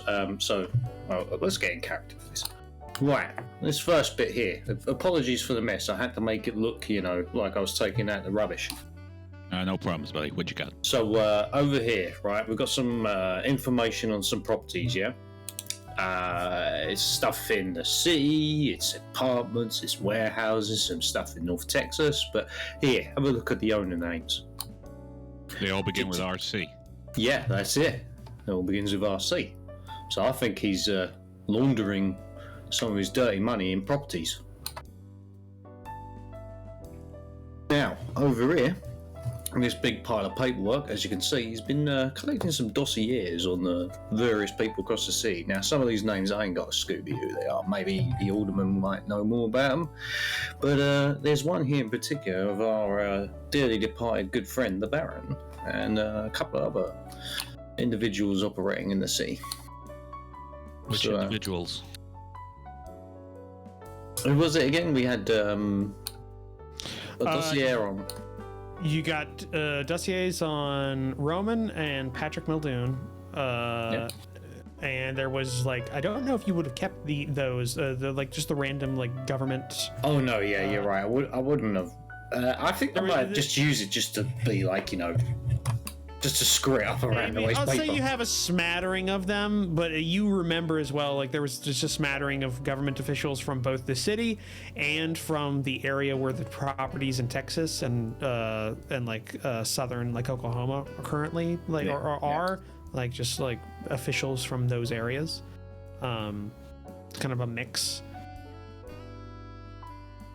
Yeah, it seems he's been keeping tabs of not only the criminal elements but the official government ones too, for the properties that he's got his fingers in.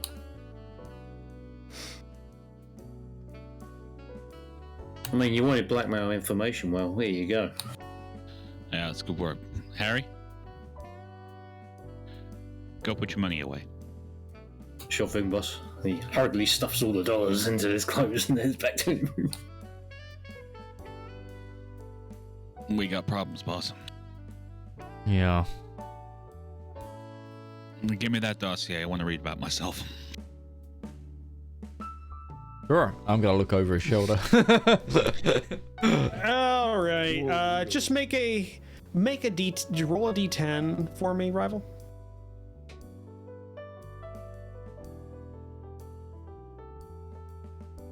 Three. How much is utter nonsense? Yeah, how much is utter nonsense on this? Surprisingly enough, this is fairly thorough. This is very thorough. This covers like not everything, obviously. There are some things that there are some things that anybody who knew of what happened are already dead and can't tell anybody anymore. But a lot of stuff still has a lot of stuff here is maybe not everything, but you could make a pretty good map of where you've been for the last 20 years. Damn, someone's been keeping track.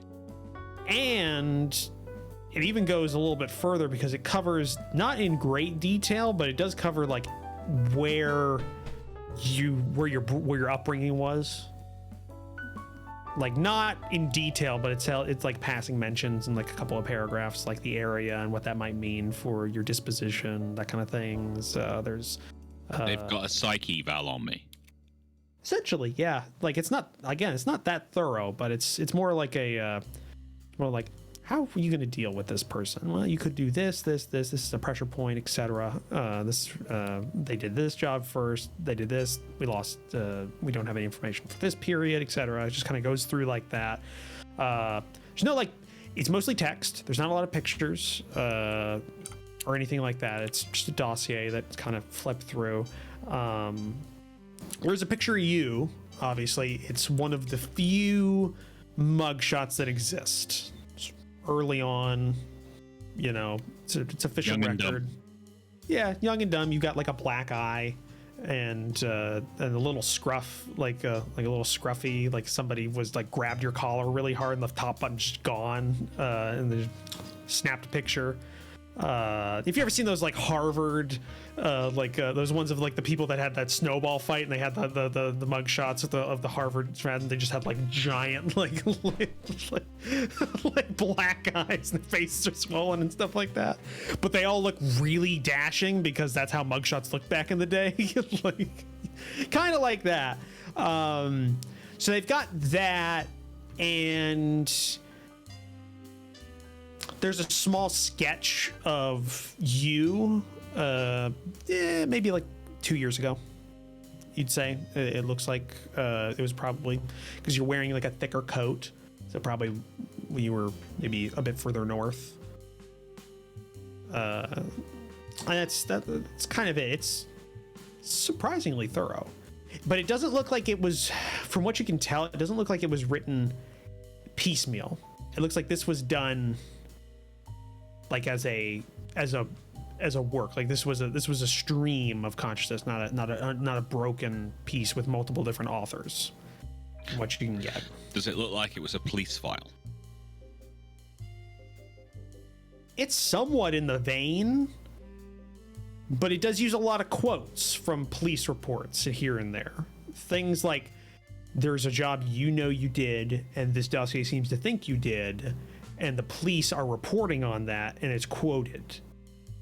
And so there's a lot of that. Does it look like the kind of file that, I don't know, organized crime might have?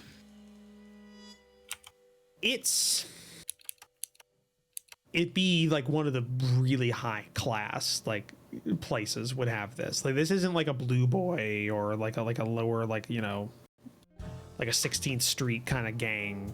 Oh, it's like it's a... This is like, you know, Al Capone's, like the outfit kind of level if we're trying to use real world directions. Like this has organization to it. Right, okay. So it doesn't... Yeah. It looks like the kind of work you would get from a police unit, but it's not got that political chat. Yeah. This isn't like this came from the other side of the law, but it definitely, somebody who was writing this probably had access to the right side of the law and their stuff, and using that to make this. So there's that. What about Muldoon's? So you open up Muldoon's. Now here's the thing: you met Muldoon when you were like late teens, both of you. So he's only your junior by a few years. Like it's almost not even bear like saying like that's that close. His is just as detailed, but it has a lot more about his early years because he's spent a period of time behind bars, which, you know, doesn't really require a lot to elaborate upon. So things like, you know, he was raised in what was the city's name? The New York equivalent. I forget what it was called. I think it was the big Gothic.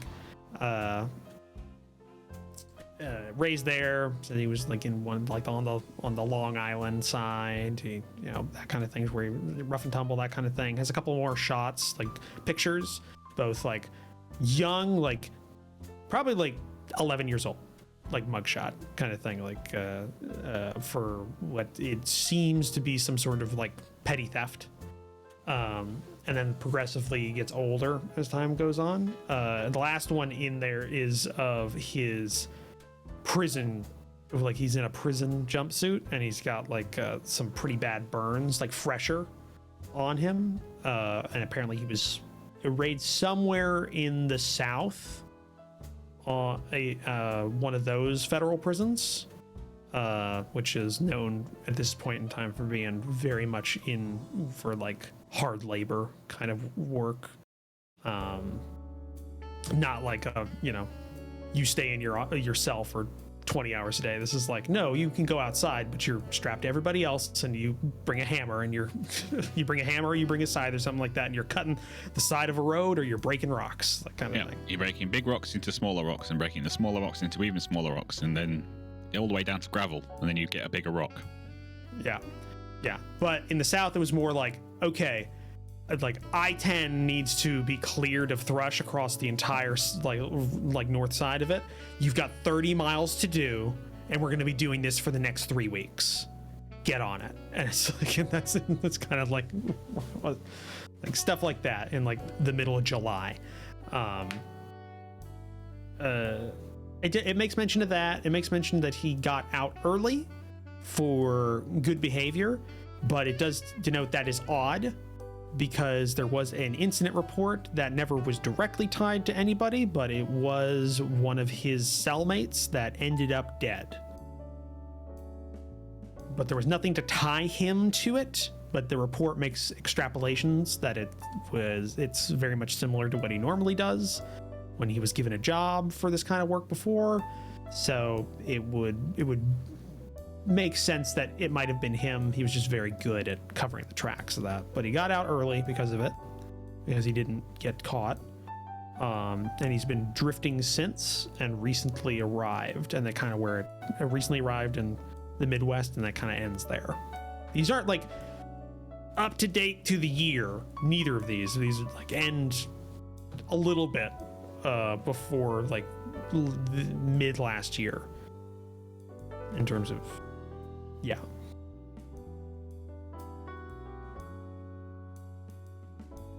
Anything you would like to know specifically? Yeah, his psych profile. Okay, yeah. Just let me somebody roll a d6. Okay, this is for I've been doing this myself. Do you wanna do it yourself, or do you wanna? Oh, he's doing it himself. Okay. So, psych profile on Patrick Muldoon. Patrick Muldoon is a career criminal from a young childhood in rough neighborhood, which makes him predisposed towards violence and the criminal aspect of life over a more legal work. It lists like known associates as well, and known associates, one of them is you. It makes mention that he showed an aptitude for hits, for like smash and grabs. He had a stint as a jewelry thief, but less because he was good at like stealing jewelry like quietly. It was just an extension of the smash and grab, but it had a higher turnover, like in terms of money. So stuff like that. And then it makes mention that after his brush with death in a car accident after a failed hit against a rival outfit. His demeanor got darker, less about smash and grabs, less about taking money, less about that. It was more just outright contracts he took after he got out. So like, you know, instead of it being like, okay, hit this outfit's operation, we'll pay you X because you hit their economic like ability, it was more like, kill this lieutenant and that will hurt them just as much. And he took those over everything else a lot of the times. He says he's got a lot of like built up anger is what they say.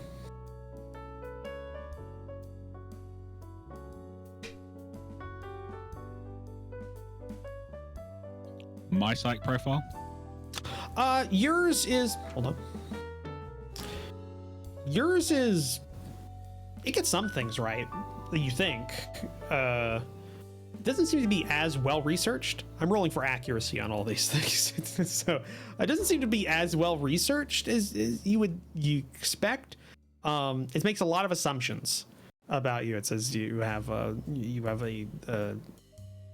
contradictory sense of loyalty as what they would expect, as you have shown a willingness to abandon a member of a crew in a previous job, but have since then been very much dedicated to loyalty of your current employer at the time. You stepped away from some of the more hardcore contracts that you took like earlier on in life, and now you're more towards a defensive style kind of thing is what they say, stuff like that. It's more, you're not out there getting contracts to kill, more like getting contracts to protect and using your skills for that is and they say that might have something to do with maybe a deep-seated guilt.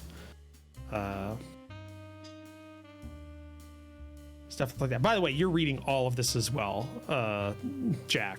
Like over his shoulder, just. Can you believe this shit?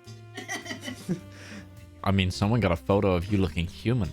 Not human, immortal. Yeah, I'll have to kill that guy. Burn the photo. It's weird, what do I by have the way, to feel Jack. guilty about? It's weird. It's weird, by the way, Jack. Like seeing a young Roman, like not like pristine young Roman. He's got a pretty big black eye. It's swollen, but That's what I'm saying. He looks mortal. Yeah, but he's like, it's funny seeing because I would assume, since this is all anthropomorphic animals, like younger, like you look more like a kitten. So like the ears. So the full, it's more fluff, and the ears are a bit bigger in proportion to the head. The eyes are a bit bigger. The eyes are a bit bigger in proportion to the head. One of them's a lot bigger. One of them's a lot bigger. So it's weird. It's kind of weird. You have a different idea of what Roman should look like, and that's not it. But you're like, this doesn't match up. Yeah, this doesn't match up with my internal image. So Roman was a child. Yeah, it doesn't look like he wants to kill me. Yeah. No, it actually does. You, like, in that picture, you are angry. Like, you're angry and, like, directing it at the person taking the photo of it, and maybe the person who punched you, which might have been the person behind the camera. You're not totally sure. It's a while, and that was a pretty bad wound. That was a pretty bad head wound. So it might have been the cop that hit you. You're not sure. What? You don't quite remember. Yeah, it's one of those things. No problems. All right. Well, in which case, the only thing we can do then is go over any other dossiers we've got and start looking at the the land registry things. Yeah, and start studying all the work. Just give me a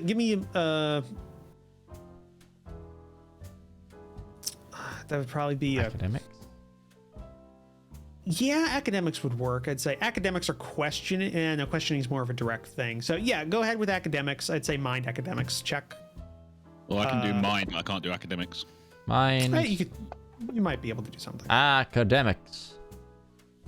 Oh, I got a 5. Okay, between the both of you, you succeed in the difficulty of things. You get a little bit of information. The rest of the dossiers are differently arrayed. None of the other than Mr. Barron. Mr. Barron has a similar dossier, but it's a lot less thorough. It's more just his time as the head lieutenant of the Turner gang. Or not the Turner, Wheelwrights. Wheelwright, damn. Of the Wheelwrights. Yeah, no, I just had a brain fart. That was I smell toast. Of his time as like the head lieutenant of the Wheelwrights, and what he did during his tenure, and he was there for about 4 years. At that position, he took it over from another individual who was killed in the early like violent years of the of like Prohibition. And he's attributed for the reason that Tricogha became a peaceful city relatively compared to something like, you know, out east or out west in the large cities where there's still kind of active warfare between outfits. Tricogha was like a lot more peaceful. Like there was defined like boroughs and areas that people didn't really go into. There was some like neutral territory and stuff, and everybody just kind of did what they needed to do, and everybody made money. But he's kind of he's directly attributed for being a part of that, along with at least two other it doesn't mention who they are, but two other like high-ranking individuals, leaders of gangs. It's odd. It makes it seem like after he took over, the head wheelwright that the wheelwright outfit got the name from stepped away from the spotlight of actually managing the outfit. He kind of took over the day-to-day and became more of a benefactor. To the point where it even makes mention that some people didn't even know the gang's name was the Wheelwrights. It would be like, oh, they work for Mr. Barron. Was like a thing in some areas. Like if you weren't like, if you were like a low level, that's what you knew. You knew like, oh, Mr. Barron owns this. And it's not like, you know, once you get higher though, you're sort of like, oh, he's a part of the Wheelwright gang. That's weird. Kind of thing. It's a shock even that you experienced when you started getting mixed into things, Jack, was you figured that out. He's kind of the only other criminal dossier. The rest are government officials, and they're a lot less detailed, and they're more directly talking about the like what they do in the city, what they're responsible for. It lists like loved ones, relatives. It lists, for a couple of them, it lists daily schedules. 3 of them are aldermans in the city. And Jack, you would know them, actually. They mostly deal with the areas around the main river. They're the individuals responsible for them. But funny enough, there's 5 aldermans that are responsible for sections of the river. It's only these 3. And Harry, you would know, you didn't see any other alderman like dossiers in that stack. These were the only 3. Please say one of those is another tiger named Jack.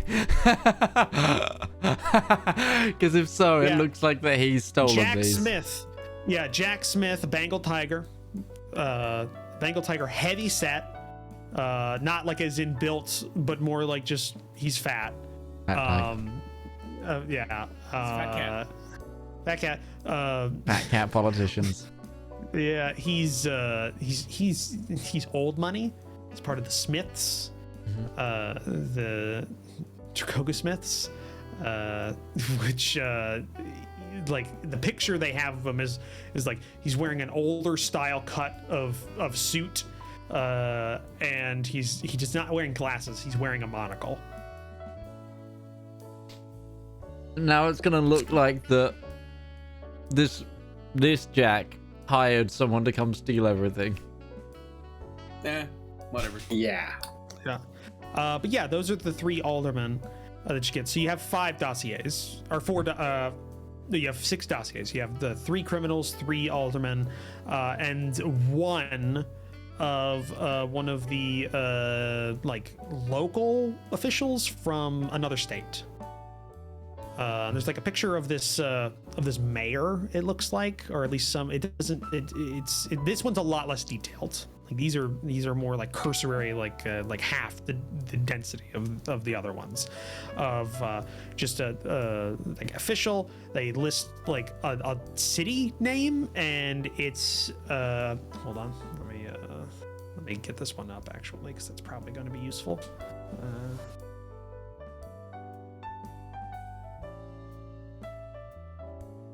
I wish the Windows search function was better. It used to be a lot better than what it is. Yeah. Midge giving the people what they want. Yeah, he likes that chair. He looks pretty sad though. He does. But he's just been caught a cropper fighting the other one.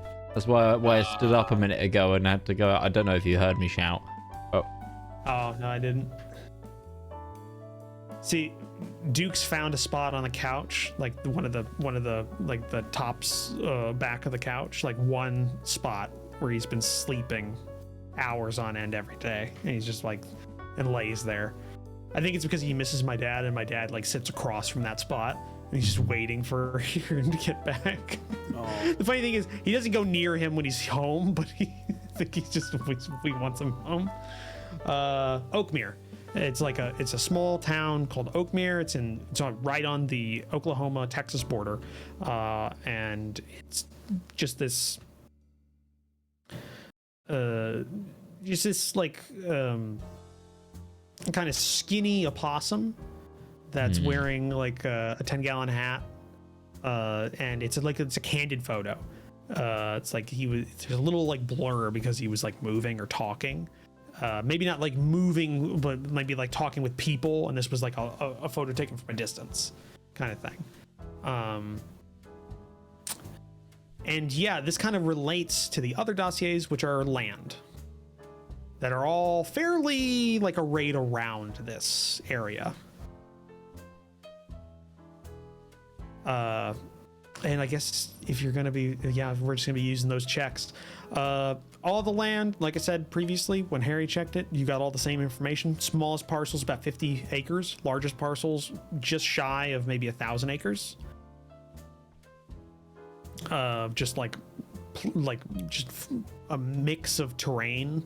The biggest one is like a mix that's got like part of a river. It's mostly plains, there's a little forest on the end of it, kind of thing. It's just this like chunk there.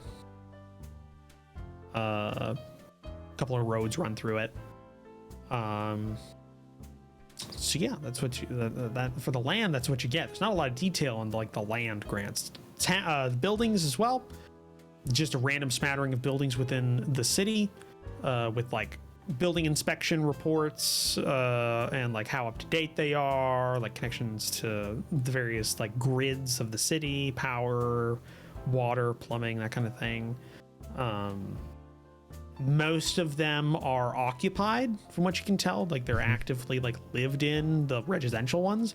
The ones that are like factories or like storehouses or stuff like that don't really look to be actively being used by any interest. So yeah, that's what you get. Oh, by the way, Larance, just give me a D20 roll. D20 roll.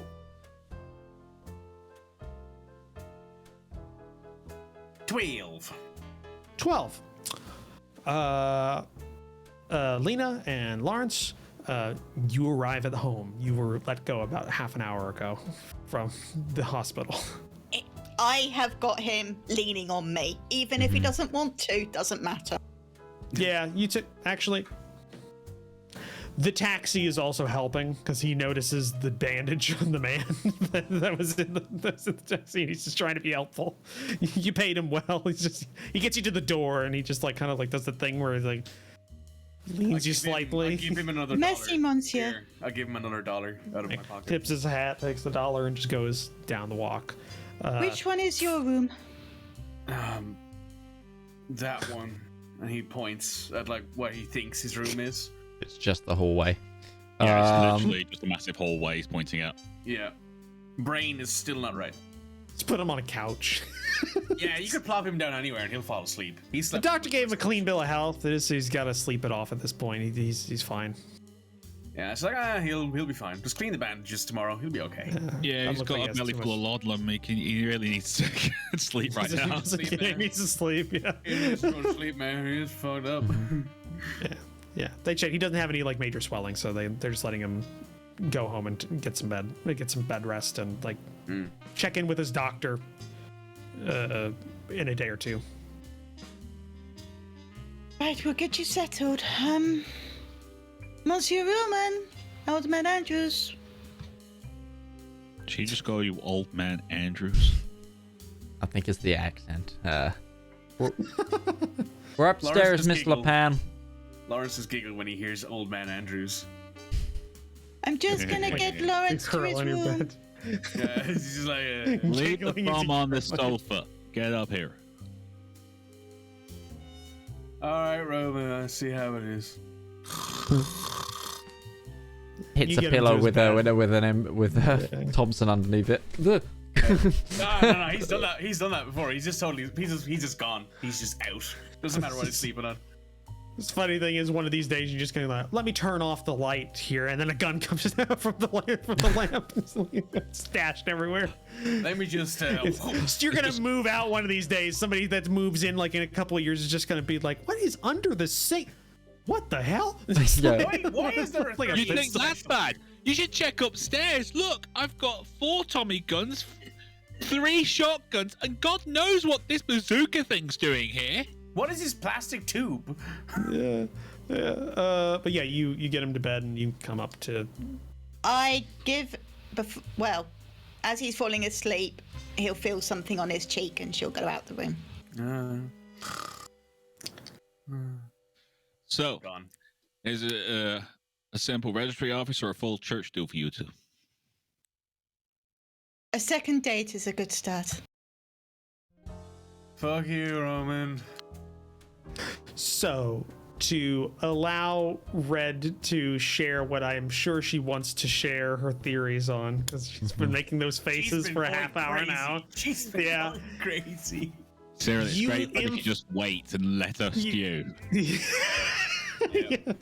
I was gonna let them come back anyways at some point. Just you info dump her and let her take a look at the dossiers. Go ahead. What do I know about North Texas that Red definitely thinks is happening? 1920s. Well. Oh my God, that's the oil, right? Yeah.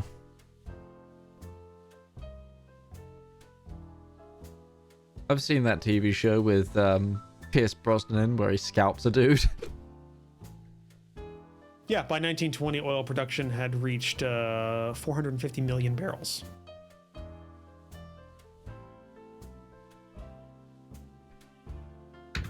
However, if Lena doesn't know anything about that, she's going to have to wait for one of these guys to figure it out.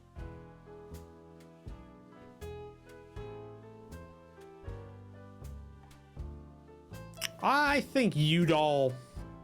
Yeah, given the fact it would probably be in the news and things, we'd probably know what's going on down in North Texas.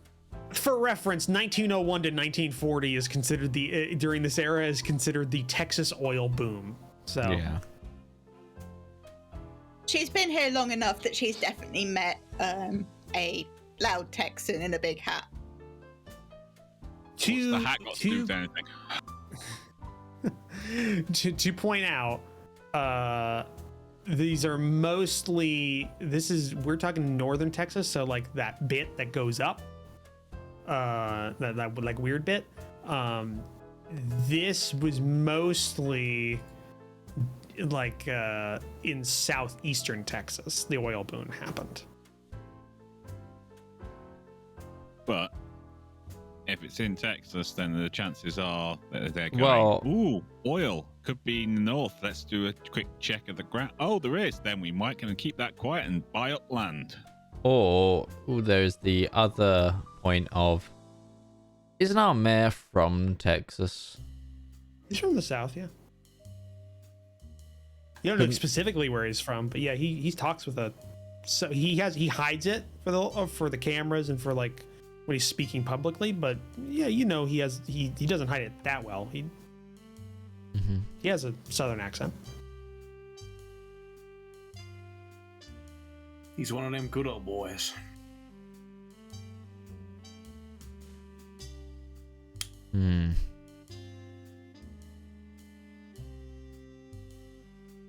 I think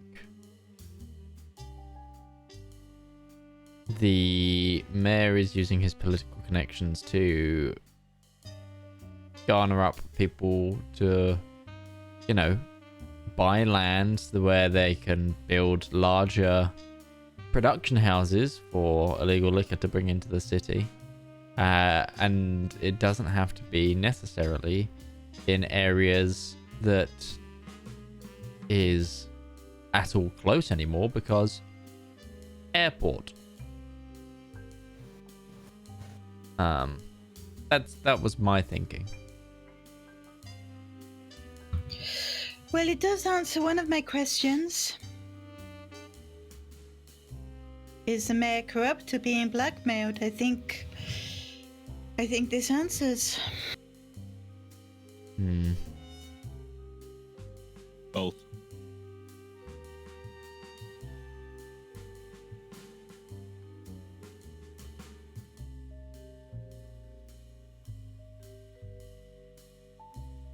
So. Yeah, she doesn't. Sorry, she only looks at the land stuff. If she sees the Roman or Muldoon dossier, she doesn't look at those because. No, those are already being burnt, I think. No, they're still there. Roman has nothing to hide. It would only increase his cred. Price. Well, no, not. And quite honestly, it's if anyone has ever kind of gone, yeah, but Roman's not really that. Oh my God, yes, he is. She knows.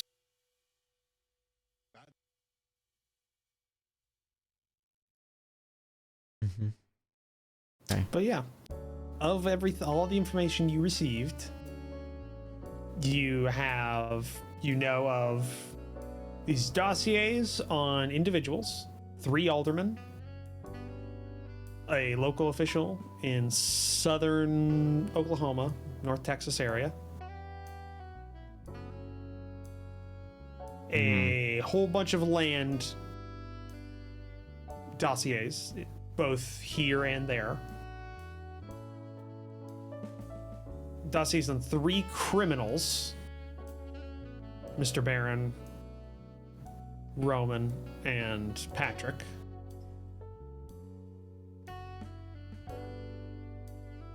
And did you get anything else? I don't think you got anything else. Except all that cash. Except a shitload of money, yes. And a concussion. Yeah. Oh, that was another thing. You didn't get all the money, Harry. You know you didn't get all the money. You got like what you could get, what you thought you could get away with. Probably wasn't even a third. Fair. Which I don't know if that itches in your mind. Like just going like, I could have gotten a lot more. I could have gotten a lot more, man. I need more. Yeah. I'd say since you are greedy, that does stick to you. You are. It's going to remind you. Yeah, you could have gotten more. Yeah. So You thought about it. You could have stuffed some of the money in the dossiers, and it would be fine. We definitely have enough to take to the cop to say, hey, the mayor's in on this. That's for certain. I don't know if we've got enough for us to crack the case ourselves. just to say, you also got from Lena's infiltration a date of a meeting. Yeah, 20th which is is a couple of The days. 20th. Downtown. 20th. Downriver. Yeah, but now that there's been a break, and will that stay? You don't know. You didn't take that note. You just remembered it. You just took note of it. You took note of the note, but you didn't take it. I think don't know the best way to keep a track of him. We don't have the resources. That's why we need to bring in the cops, the extra resources. And I'm not talking in character, because I'm just in think mode. Theory crafting time. Yeah, this is big numbers. Damn it, that cop needs to come back. Unless he's probably been sent out of town for the reason that loads of shit's going down. Yeah, because I'm pretty sure that the chief of police is also in the pocket. At the moment. So the actual question we should probably ask is, the mayor working for the Turners or the Turners working for the mayor? That's a good question, actually. Yeah.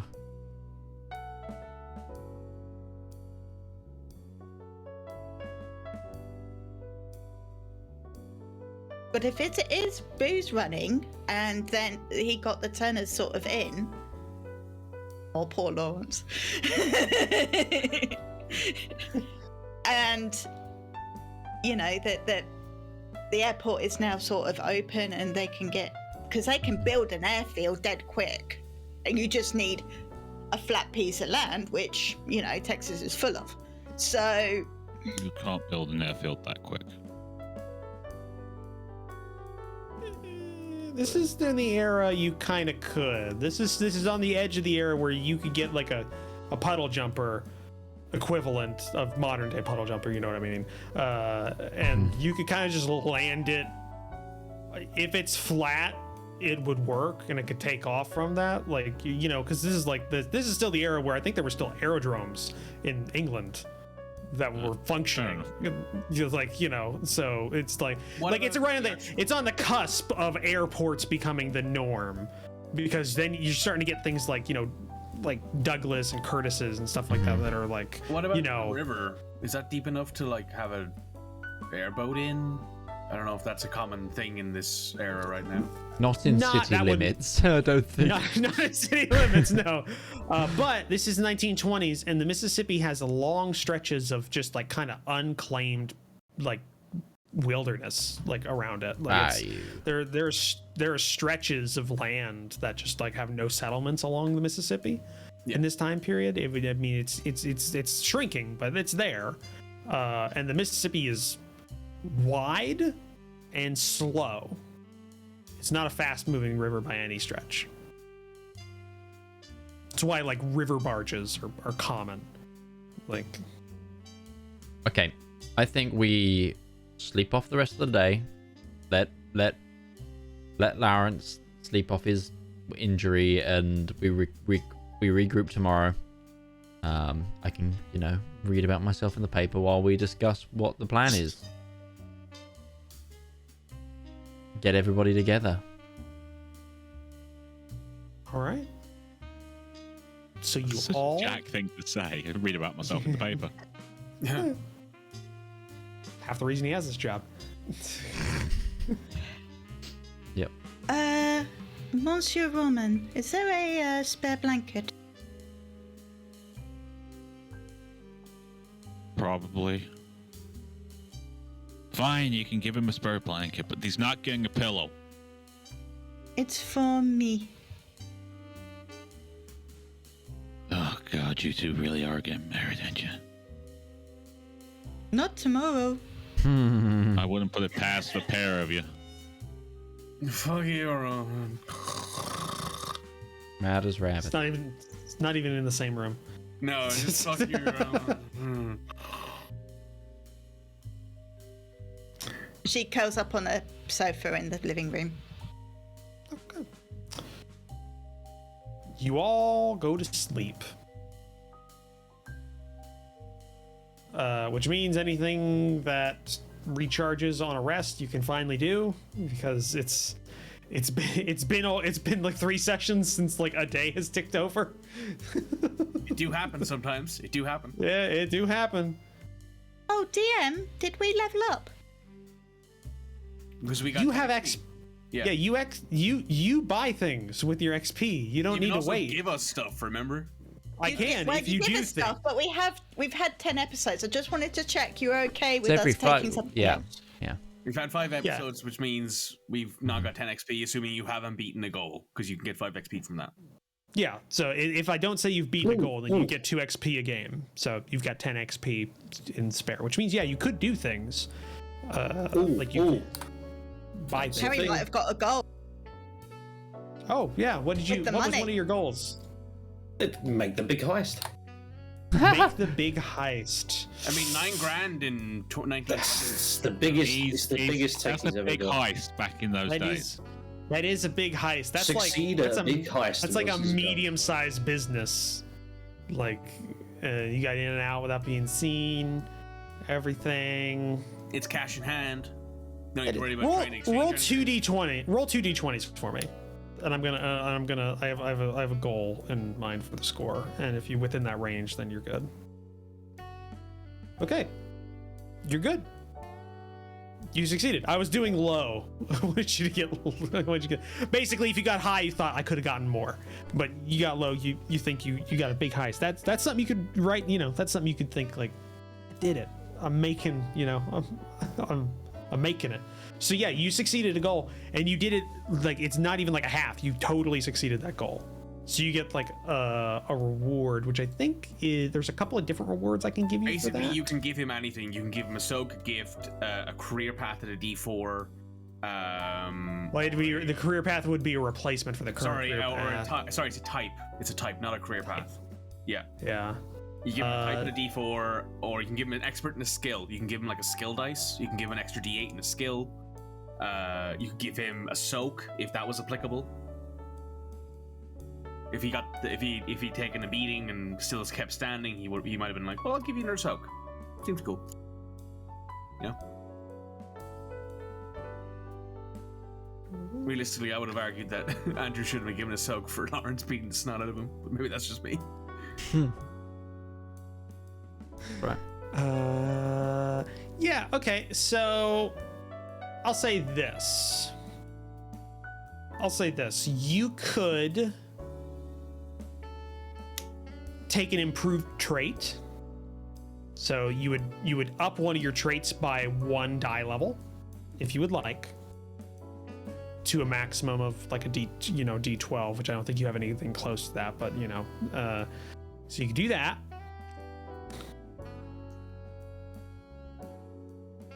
Or you could take an expert skill, Which gives you an extra D8 and 1 skill. Yeah. Say those are both applicable to what you did. It doesn't have to be one that you specifically used during your success of this goal.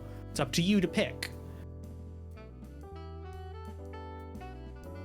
Can I apply it to shooting? Like a skill expert? Dice? Yeah.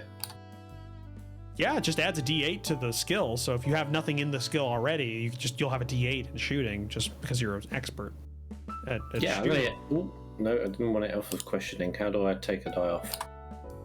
Right click and then erase. Yeah, and then just put the correct ones in. So let me just double check what an expert is. So congratulations, Utari is actually the first person to complete a goal by actually completing the goal and not just by osmosis. Yes. What, by the bigger guy dying? Yeah, so just write down in your abilities, just make sure you write down skill expert shooting, just so you denote that, and that's on page 61 of the PDF if you want to like put the actual wording in there. Yeah, that's good. You still have you still have 10 XP. Everybody still has 10 XP. By the end of this, you'll have 12 XP. Okay.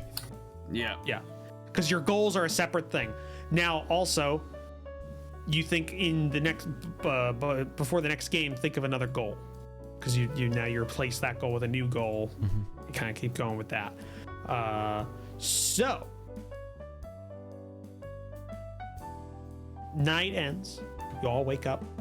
Larance, you got the mother of all headaches. Hip flask. That's better. But you see straight. Well, head hurts, but I'm awake. There is The goals. Do you have the goals? Can be basically anything, right? Yeah, you want them to be kind of. They got to be like you Achievable. want them. Yeah, you want them to be achievable. You also want them to possibly have a failure state to them, like your big heist one. There could be a situation where you were in the middle of a big heist and you just fail it. Like, you know, it just doesn't work. You get spotted, something like that. At that case, even though there is a chance of another big heist, I would say you failed that goal. Think of another one. The character has failed that. So maybe like you want to try something. You want to have that kind of thing. It doesn't necessarily need to be something that's like a role play aspect of the character or anything. Like you want it to kind of mesh, but you don't necessarily. You want it to have some sort of mechanical situation that applies to it. You know what I mean? Because it's something you get a mechanical benefit for. So that's kind of my only limit I would put on it. So think on that. So you don't have to make it now, because you know you're not going to succeed it in this session in the next 30 minutes before the end of this session. Maybe. Yeah, I don't know. Who the fuck knows? Wake up in the morning. Goal achieved. yeah. Right. So Larance, you wake up. There is a sleeping bunny. Like in the chair next to you, because you were on the sofa. So I guess she'd be on the chair next to you, and it's kind of like it's still pretty early. You had actually a really long night. I fell asleep really early. You slept in and out for a while, and lost consciousness isn't necessarily sleep, but you wake up pretty early. The sun's just coming up, and you hear kind of the sound of the house starting to wake up. Not the people in the party, but like the people who manage the house. So there's some clattering, and there's like light clattering in the kitchen. The chef probably let himself in with his yeah, he had a front door key too. I was gonna say he probably, if there's a new lock in the back door, he wouldn't have a key yet because he just replaced that. But so he probably like checked that and goes, what the hell? And then went in through the front door. So there's like clattering in the kitchen. You definitely see we never established how big the staff that Jack has, but I'm gonna say it's probably like 3 people. I think he's like 3 people. He has a chef, he has a maid, and there is a gardener. He's a bachelor. That makes sense. So your maid is kind of like in early in the day, and then later in the day is kind of her hours. So she comes in, she's cleaning, she's avoiding the living room because there are 2 people sleeping in there, and she's a professional. So when she sees like you wake up, she kind of like nods and starts like going in and like hand like apologetically. Starts cleaning a little. They don't ask questions. They're paid well. He is going to get interspecies relationships. Predator-prey relationships, even more. Yeah, we're not. Yeah, we're not covering that. Nope. We're not making that an analog to anything. Nope. We're just gonna sweep that under the rug and move on. Yeah. Right. We'll mention it once. That's it. Anyway. So he gets up. He's going to try and gently pick up Lena and just bring her to his room and leave her in the room so she can keep sleeping if she stays asleep. Because he's not very quiet. So No, you're not. And it's the morning, so he has dog breath.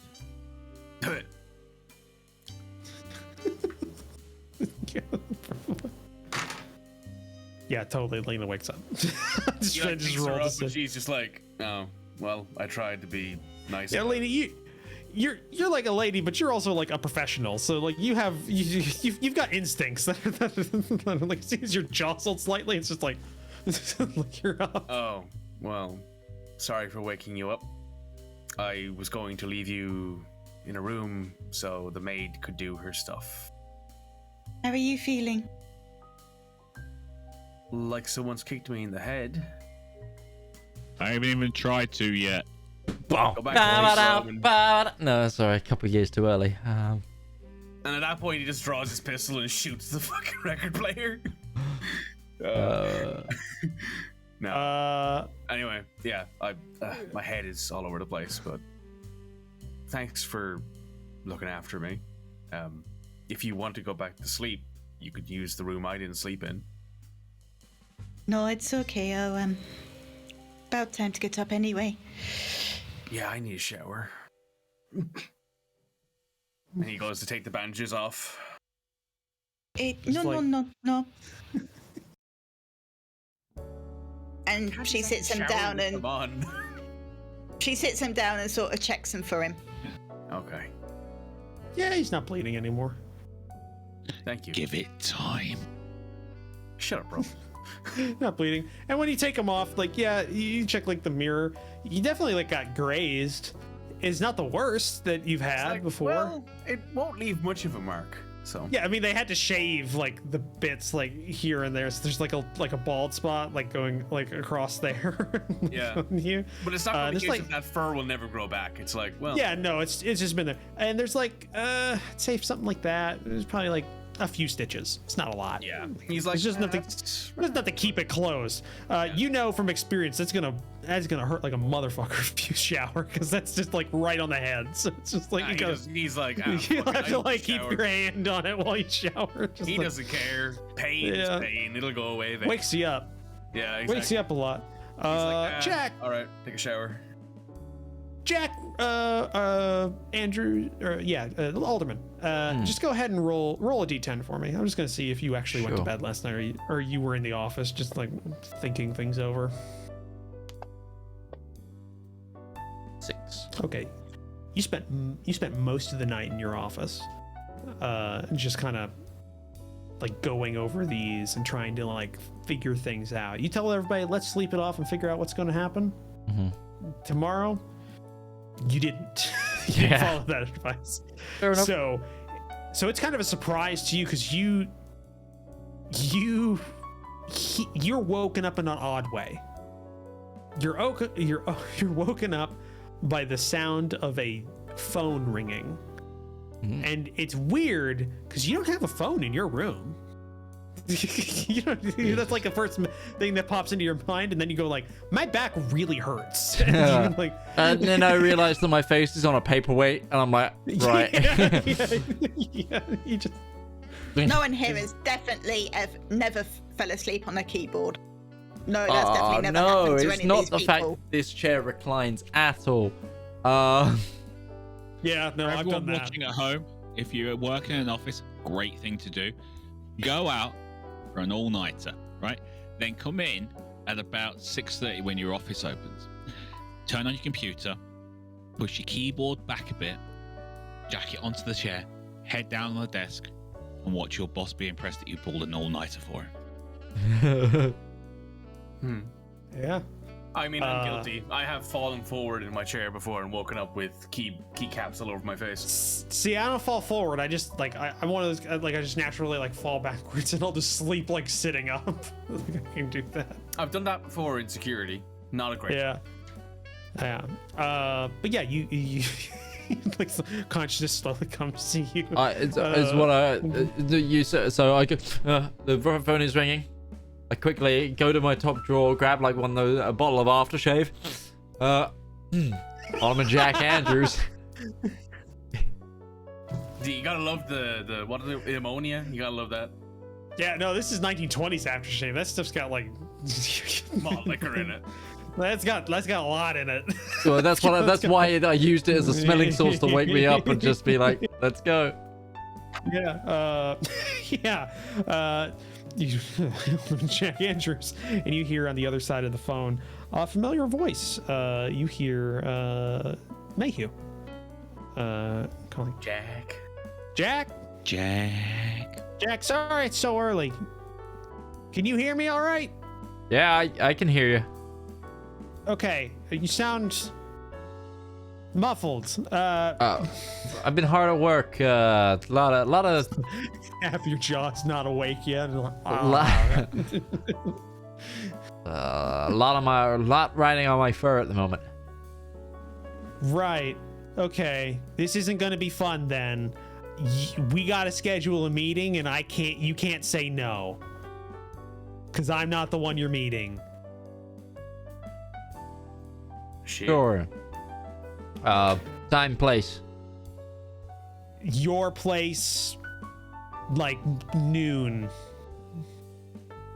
Like today.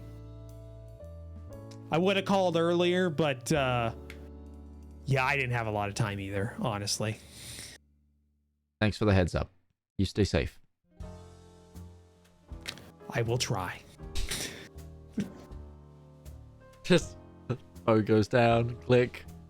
Double coffees for this man. No, it's just a Roman.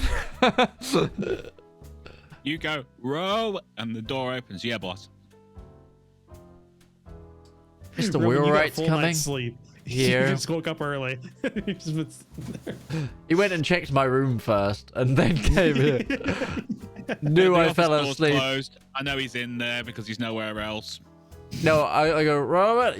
Robert's actually sat to the left of me already. It's like radar. He just looks up from. He's been looking that way this entire. Yeah. He's looking right the entire time, and he looks left, and he goes, "Row." Yeah. This was the show. This was the show. The camera would slowly shift over. Yeah. It's, Yeah. Row! You're here. Yeah. Good. I think Mr. Wheelwright's coming. I'm gonna take a bath. When? Prepare. Noon. Here. Harry! Get everybody ready. Yeah. Give Harry $20 and go. He doesn't Go need have 20 some fun. bucks. He doesn't need $20. No, he doesn't. Yes, he does. But it's the gesture that's a thing. True. It's like, make yourself scarce for the day. Yeah, no problem, mate. Lords, Down from the shower. Yeah. how you feeling? Like I got kicked in the head by a donkey. Are you feeling like you can work? Yes. No! Veto that opinion. Get cleaned up, get upstairs. That's what I'm doing. It's just, I am in Mademoiselle? the meantime just taking like I'm running a bath. I'm making myself presentable. I hear the bath thing, and I'm like, I just reach out of the shower and just, all right, there we go. I'm assuming there's multiple bathrooms in this house. Yeah. Yeah, it's the water at and least the a hot game. water disappearing from the shower that's the thing. Yeah. Larance is like, all right, it's cold now, but fuck it. Mademoiselle, We must. we have visitors coming at noon. We're gonna need you to do your personal assistant routine. I'll run home and make myself presentable. I'll be back at 11. Understood. At which point, Larance walks out of the shower and goes over to his room. Lena definitely doesn't look. Nope. Roman goes down to the kitchen to let them know that we'll need An coffee, extra sandwiches. coffee, please. Lunch items. He's been here for a while, so there's already like a spread that's like just about ready to be put on a table. So it's like a pretty hearty breakfast, lots of coffee, Yeah, because he we're going to knows. need Yes. snacks and hors d'oeuvre things for the lunch Are we time. are we having visitors? We're having visitors. All right. Would it normally pays to Yeah, have? I know. We found out literally 5 minutes ago. Oh right. He's just like a slightly annoyed chef. I agree. I would prefer to have a lot more time to kind of prepare for this, but just starts taking out like cucumbers and like bread and starts slicing it. And he's just making like the bare minimum for a snack platter or something like that. you need more help, just let me know. Do you want me to pick up anything on the way back?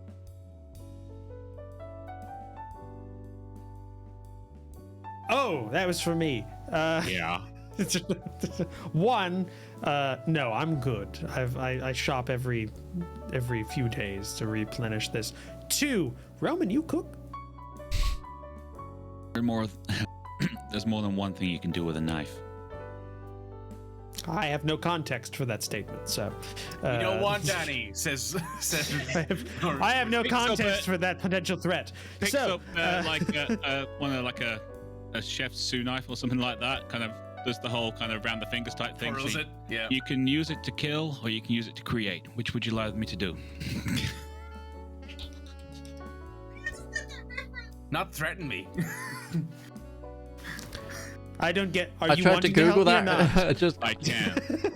I tried to Google that, the first reference, and it just go the two things I've got as my search results: 101 uses for a pocket knife and knife crime, UK issues.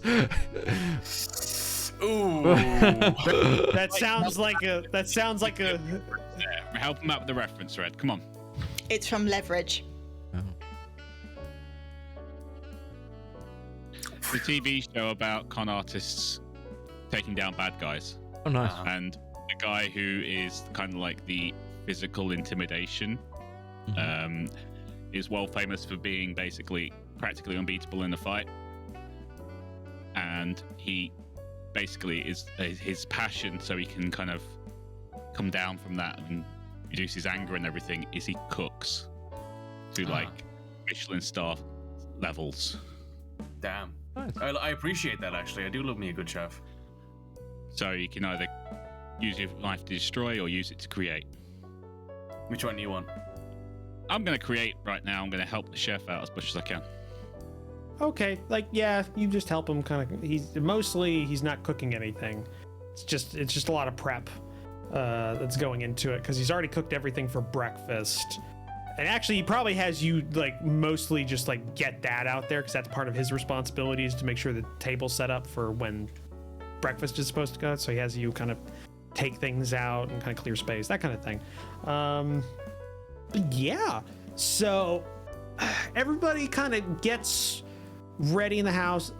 Lena, you head back to your home and get presentable, get ready. I'd say it's probably not going to take too long.